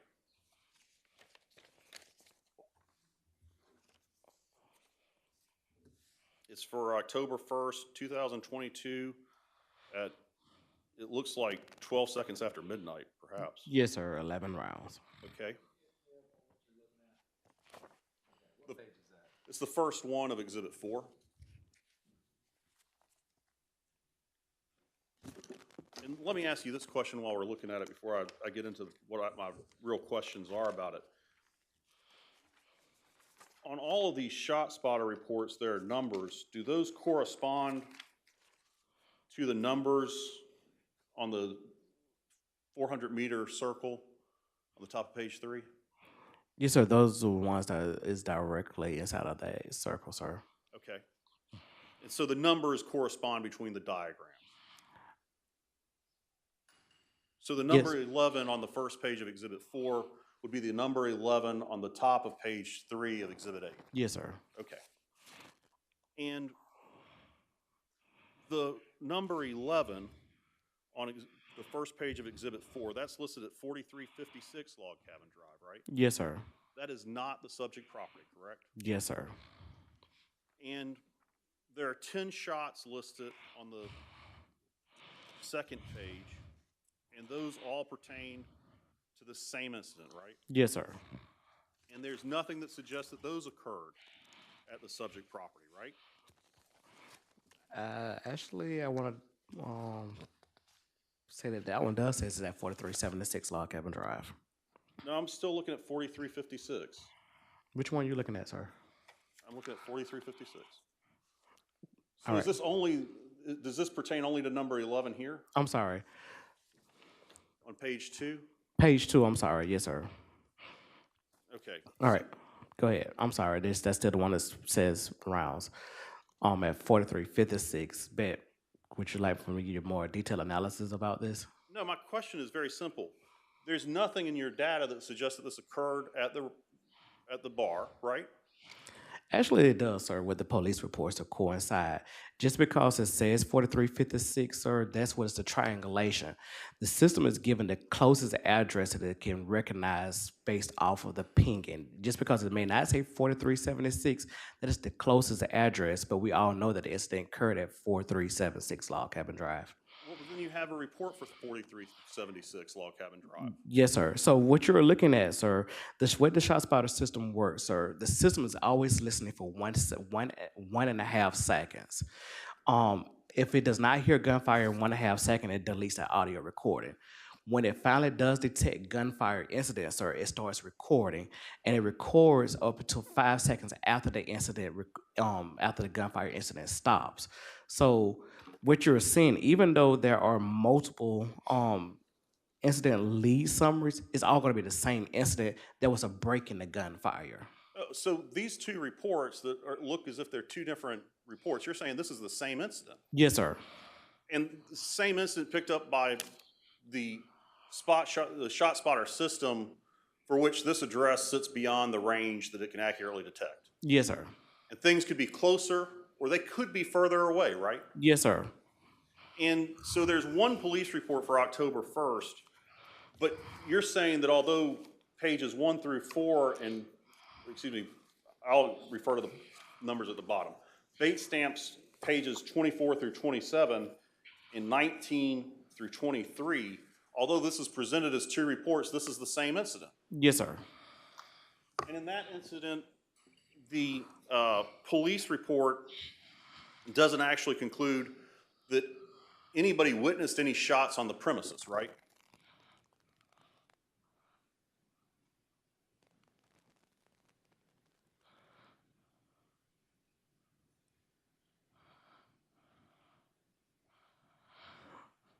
I'm sorry, repeat your question again? Sure, let me rephrase it for you.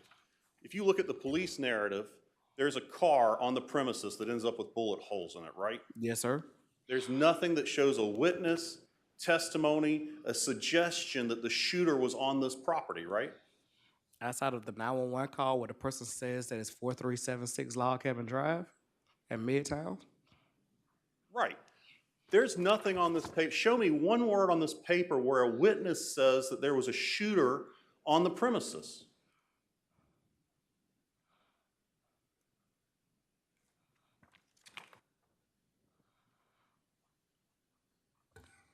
I'm not understanding that question, sir, because what I'm reading. Sure, let's read it.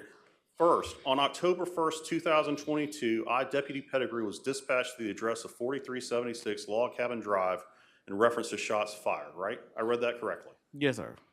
Upon my arrival, I made contact with Akira Brown, and she informed me that she was inside the above address and heard several shots fired, correct? Yes, sir. She doesn't say she saw it, right? Yes, sir. She says she heard it. Yes, sir. Right?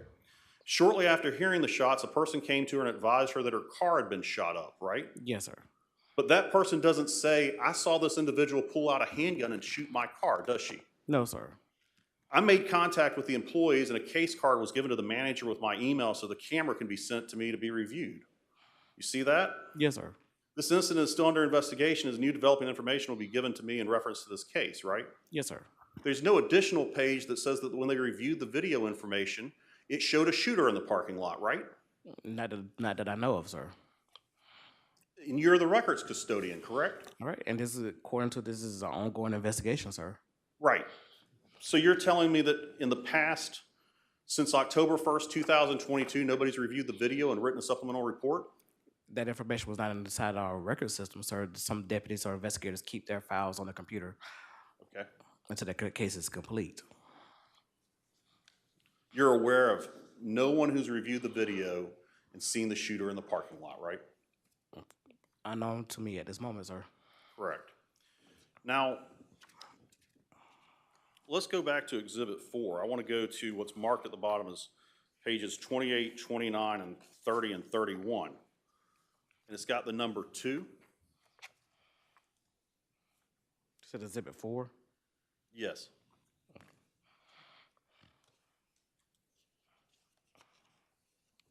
Can you let me see which one you're looking at?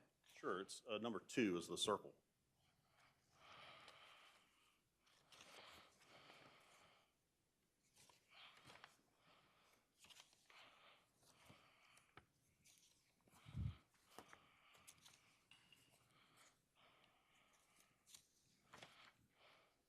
If you look at the very bottom, there's very small numbers, MBC exhibit page 0028 in the very middle. And it occurs on October 1, 2022 at 1:21. Yes, sir. That's the same incident as the other 2 that we went through, right? Yes, sir. And so then we have the incident on October 15th, 2022 with this Bloomfield Day shooting, right? Yes, sir. And your system on that one, if you look at, these are not numbered on the bottom, but they're with Exhibit 4. There are 2 of them for Shot Spotter, October 15th, 2022. Do you have those 2? They're numerals 10 and 14.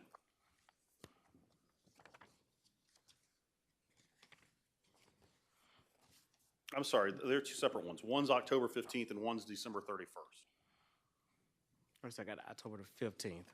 Yep. Okay. I have the one that says 10 for October the 15th. Yes, that's right. That doesn't show, this is presumably the incident described in the police report, right? Yes, sir. It doesn't show up at the bar either, right? No, sir. Shows up down the road at a car wash or something, right? I believe so, yes, sir. And then we have the December 31st incident, and it shows up down the road at the same bar, I mean, not bar, but car wash, right? Yes, sir.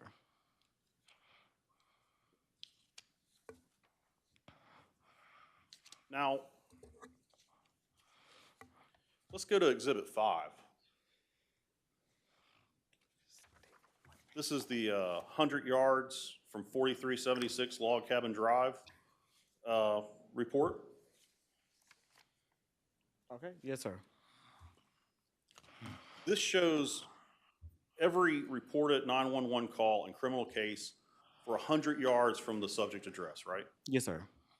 Now, the alarm commercial, you don't have any evidence as you sit here today to show us that says that that alarm commercial was set off by somebody at this premises drinking beforehand, right? No, sir. And the domestic disturbance, is that the one that we've already talked about that occurred in a car? Yes, sir. And there's a fight disorderly conduct. You haven't presented you don't have a police report to show us, to show that that occurred in the bar, right? No, sir. The same thing for neglect, right? No, sir. What is neglect? It could be one or two things. It could be from someone either about a child, or it could be someone that has a dog that left inside of a car while it's running. And you're not aware of anybody bringing a child into the bar, right? I don't know, sir. So you're not aware of it, right? No, sir. And the traffic complaint, that wasn't made in the bar, was it? Not that I know of, sir. I mean, nobody drove into the front of the bar, right? No, sir. Not that I'm aware of, sir.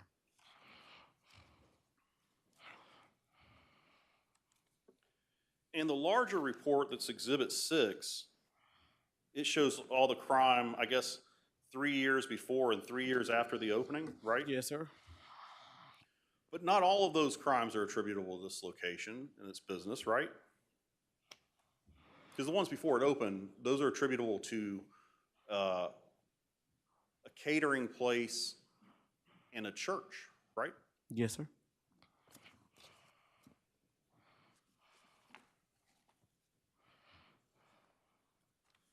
And when you look at page 3 of Exhibit 8, Okay. and you look at this 400-meter circle you have that has 23 incidents and 101 rounds detected, Yes, sir. we've already studied that if these numbers correspond to the reports that you showed, There really aren't 23 separate incidents, right? It was 23 incidents that ShotSpotter detected. And there's duplicated detections, right? Yes, sir. It could possibly duplicate detection. And you don't know, you haven't computed how many unique incidents there were. Not at this time, no, sir. And you haven't computed how many specific rounds were actually fired as opposed to detected, because there's duplication. While there may be duplication of incidents, the rounds is probably going to be more accurate, sir. But more accurate doesn't mean 101 is accurate, right? Again, as I just said, it most probably going to be most accurate. You said it was more accurate. But did I say most accurate or most accurate? Let me rephrase. When you say most accurate, you're not saying that it's 101 rounds. There's 101 rounds detected, and some are duplicative, right? Not the incident may be duplicated. When I'm make sure I explain this correctly. The number of rounds detected is the number of rounds the system detected altogether from all of those incidents. Again, keep in mind that the system is recording up until 5 seconds after the gunshot. There's a pause and a break. Even though, like, we know that on October the 1st, there are three different incident lead summary. We know that there was one incident, but there was the number of rounds detected on each one of those incidents. How inaccurate is the system when it's this far beyond its detection zone? All right, that's the part that, far as goes, we know that it's not going to be 100% accuracy because it's outside of the coverage area. But my question is, how inaccurate is it? I cannot answer that question. You had to call ShotSpotter in for that one, sir. Well, you're the expert at the Bibb County Sheriff's Department about ShotSpotter. Yes, sir. Have you not been trained in what that inaccuracy amount is? Yes, sir. They cannot guarantee from up to 400 meters outside of the coverage area, sir.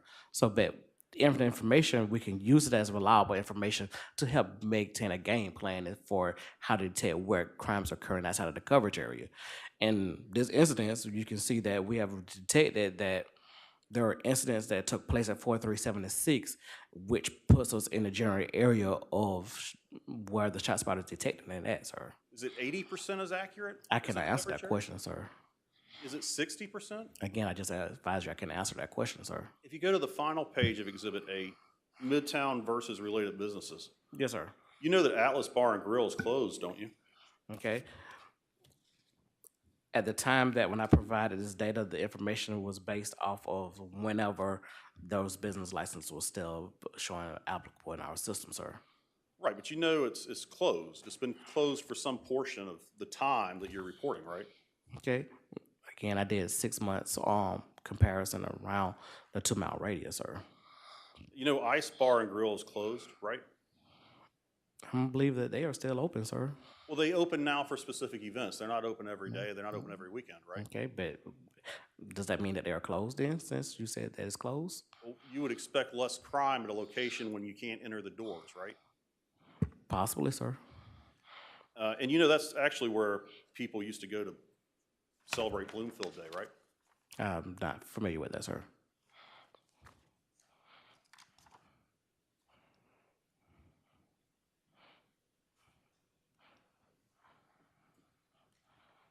That's all I have.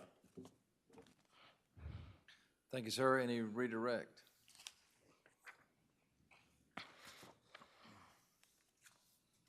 All right. Sergeant Smith, Yes, sir. was ShotSpotter the only data y'all had to determine that these shootings occurred at Midtown Daiquiri Bar and Grill? No, sir. There were 911 calls to provide some clarity on that matter, correct? Yes, sir. If I were to play those calls for you, would you recognize them and determine whether or not they provided guidance as to whether or not the shootings happened at Midtown Daiquiri Bar and Grill? Yes, sir. All right. So this is recording from October 1st, 2022.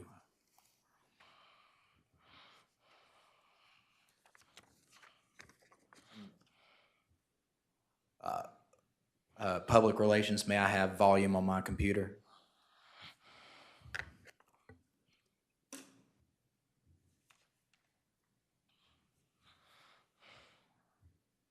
October 1st, 2022, 12:01 and 21 seconds a.m.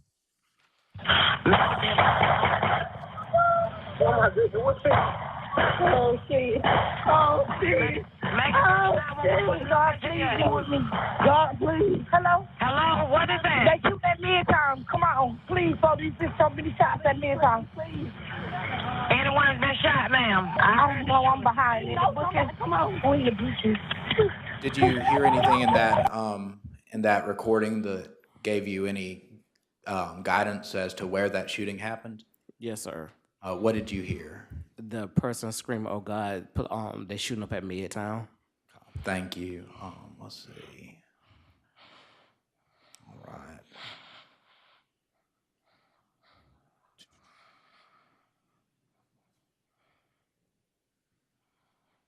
October 15th, 2022, 10:08 and 57 seconds p.m. Macon-Bibb 911, where's your emergency? Yes, I need a police officer, 4376 Log Cabin Drive. Somebody just bust our door. This is Midtown, Desperate Bar and Grill. 4376. Let me go in 4376. You get another babe. It's the next one. October 15th, 2022, 10:12 and 4 seconds p.m. Macon-Bibb 911, what's the location of your emergency? Hello? Yes, yes. We need the police at 4376 at Log Cabin Drive. What's going on, ma'am? They're shooting outside. I don't call the police over here. I will go. All right, I'll let them know.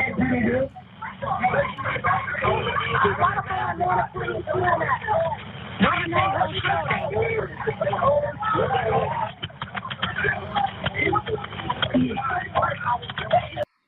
All right. Did you hear anything in that conversation that led you to believe that this shooting occurred at Midtown Daiquiri Bar and Grill? Yes, sir. Okay. And what did you hear in that? They are reporting? shooting at 4376 Log Cabin Drive at Midtown. That person actually gave the address. Okay, thank you. So is it fair to say that ShotSpotter, while it's not a perfect tool outside of its coverage area, it is still a helpful tool? Yes, sir. Okay, and how helpful is it? It helps confirms what 911 callers are recalling and reporting that someone is shooting.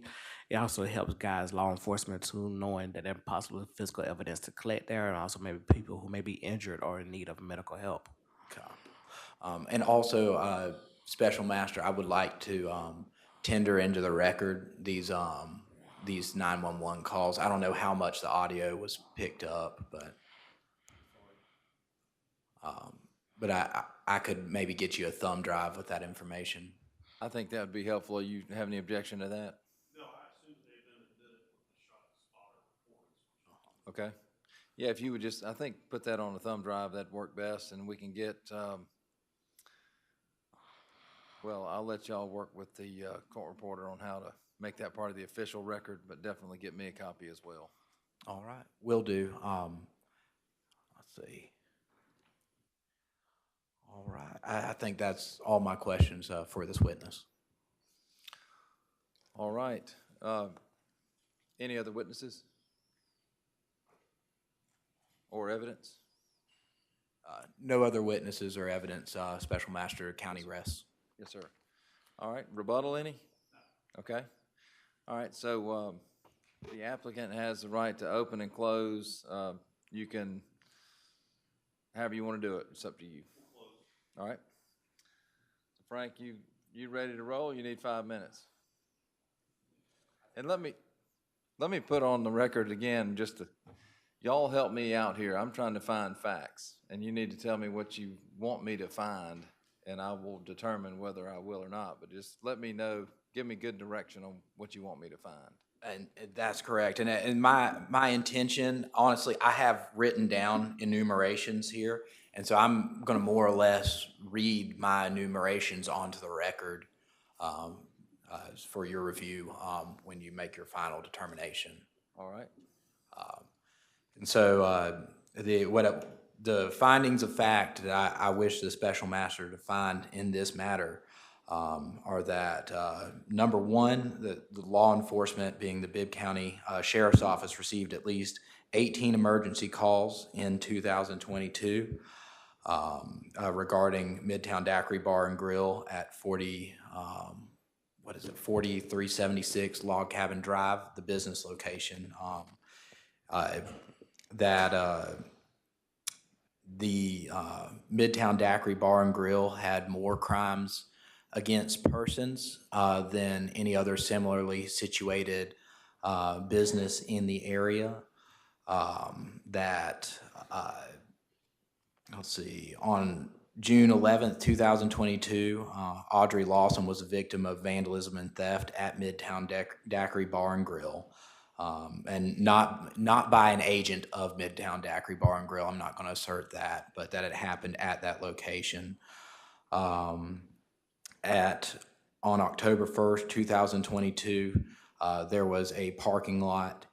There was a shooting in the parking lot of Midtown Daiquiri Bar and Grill during operating hours. On October 15th, 2022, 2 weeks after that initial shooting, when the manager, Shamika Johnson, was aware that shooting events could occur on her business location premises, she was aware of an event, Bloomfield Day, which could increase the crowd size of the crowd at Midtown Daiquiri Bar and Grill.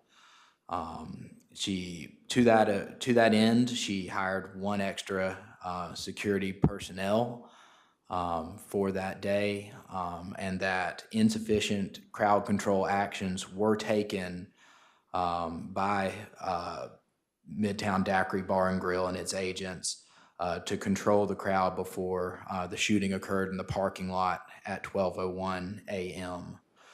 And then on December 31st, 2022, that a shooting, I believe it was October 15th, 2022. I also want to state that 2 persons were shot in that incident.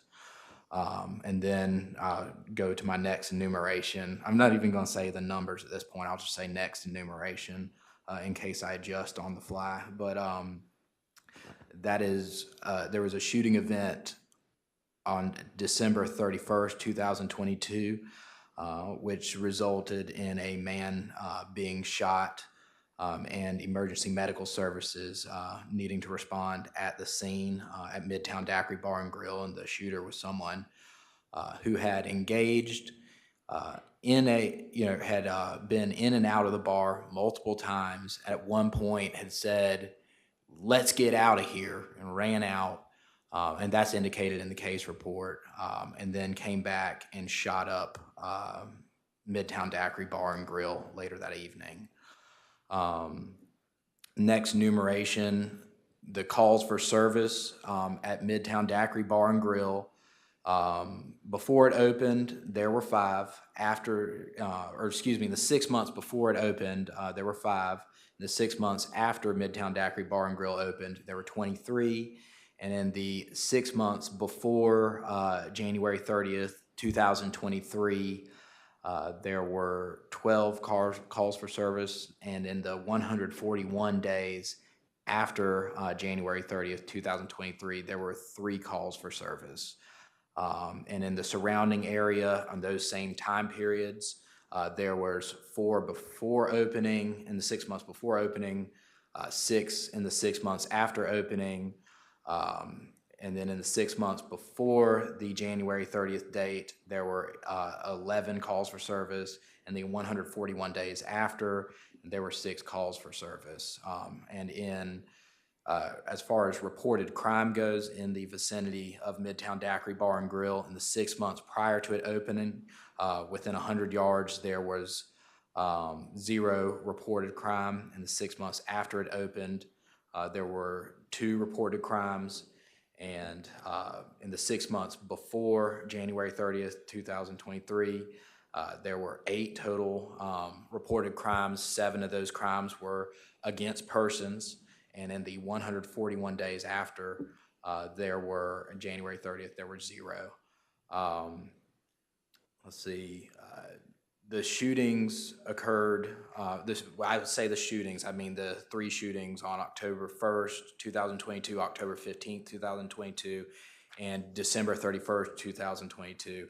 Those shootings occurred within range of residences, including 545 homes and an estimated population of 1,362 people who were in range of that gunfire.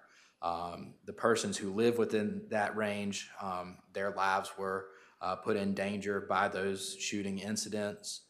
My last enumeration, sorry, I haven't been as good about saying when the enumerations start and stop, but the last enumeration states that there's less crime reported at similarly situated businesses such as Ice Bar and Grill, Top Line Liquor Store, Sparks Deli, and the others that are mentioned in the slideshow than exist at Midtown Daiquiri Bar and Grill. Let's see. And that was it. Thank you. Thank you, sir.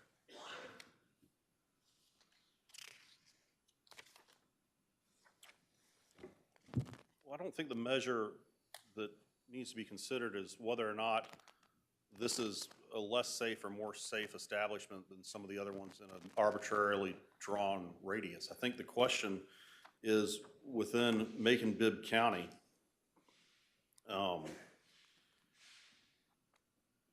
is this business endangering the safety of the citizens? That's the standard that you, I think, need to consider your findings of fact in relation towards. I understand you're not issuing a legal opinion, but I think that's what has to be considered. And so I think the findings of fact proposed about how safe or unsafe this business is in relation to other businesses is inappropriate. I don't think those should be rendered. I think what should be considered and what should be found is that there is a June 11th, 2022 domestic incident that the county would like you to consider related to this business. And there's nothing that suggests it was. These are 2 people driving down the road who are arguing in a car, pull into the parking lot and keep arguing. That's not appropriate to enter a finding of fact that that's related to this business operation. I think you should enter an affirmative finding of fact that it's unrelated and that it does not in any way demonstrate any bearing on how this business is conducted.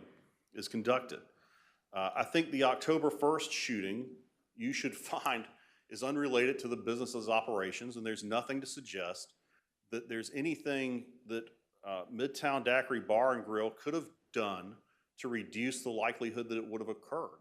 Even by the county's reports, it appears to be a shooter who was off-site with a vehicle that gets shot on-site. But the question is that the council has to consider is whether or not this business's operations, these incidents, endanger the safety of the citizens of Macon-Bibb County. And I think you should find a finding of fact that there's no evidence that that shooting could have been prevented in any way by this business. With regards to the October 15th shooting, you know, the fact that a mob shows up in the parking lot and gets into a fight with guns, I'm not sure what this business was supposed to do. There's been no evidence presented as to a standard of care for how many security guards should be on site for a business of this size. There's certainly a size limit that is imposed by the fire department and by the county. There's no evidence as to a standard of care professionally for how many security guards should be inside. And the reason why is because this business is complying with the professional standard of care. Because again, the October 15th shooting doesn't show anything about this business's operations and whether it's endangering the public. And I think you should find that there's no evidence that it was. When gang members in Bloomfield show up in your parking lot and you risk the lives of your security guards to go try to clear the parking lot, and you promptly call the sheriff's department, it is obviously regrettable that 7 minutes wasn't enough time for them to get there, and I don't dispute that that probably isn't enough time. But there's nothing that suggests from an evidentiary perspective that anyone at the Midtown Daiquiri Bar and Grill could have called any earlier or should have called any earlier.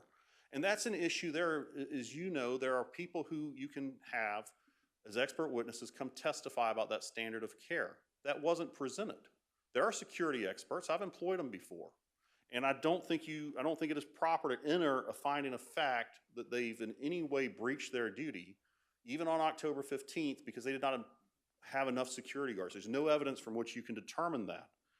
I do think what should be found affirmatively is that in the wake of that tragic incident, they took affirmative steps to secure their property and secure their business and ensure the safety of people coming to the business and ensure the safety of the community around the business.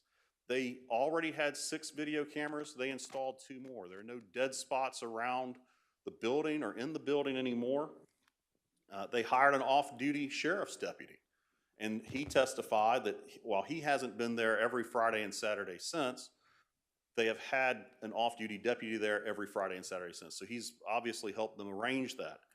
And the only shooting that's occurred, the only violent act since then appears to be some sort of drive-by rampage.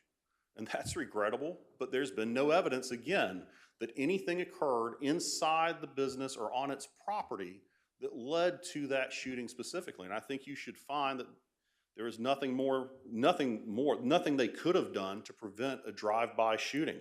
It's Bloomfield. I mean, there's a reason many of us don't drive over there. And I say that as somebody whose grandparents lived there when their houses were originally built. I grew up going to Bloomfield. But I think the other thing that should be found is that the business has remained in operation throughout 2023, and there have been no incidents whatsoever. So the affirmative steps they took voluntarily in October of 2023 have worked. And I think there should be a finding as to that. But I think that's what you should find, and I think you should resist the urge by the county to sit as an expert witness in security and speculate in your findings of fact as to what the standard of care is and that it was breached somehow, because that's not appropriate. And even under their own rules, speculative testimony isn't appropriate, and they haven't presented any affirmative evidence of what could have been done differently. What they have presented is conjecture that this business is somehow dangerous to a community around it that has experienced an increase in crime in recent years and already had high crime rates. But pinning it on Midtown Daiquiri Bar and Grill is not something that should occur in your findings of fact. Thank you, sir. Frankly, he gets the last word. I've never had a closing where I have to give a rebuttal after I've given my final statement. Yeah, I don't think that's. There's no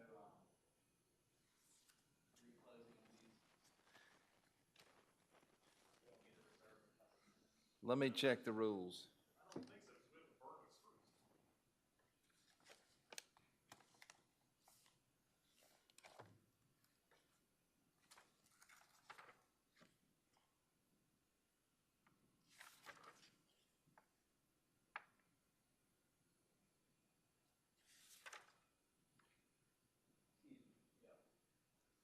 I don't think so, because we have the Burgess rules. I found it, that's 407F. Closing house, correct? I was just saying on the record, that's Macon-Bibb County Code of Ordinance, section 4-407F addresses that matter. All right, and so we're in agreement. There's no rebuttal for the county. We are in agreement, yes. Thank you, sir. Anything else for the hearing? Let me know if anything comes up and we'll address it. Otherwise, I will get y'all a report once I get the transcript. I appreciate your time. Thank you.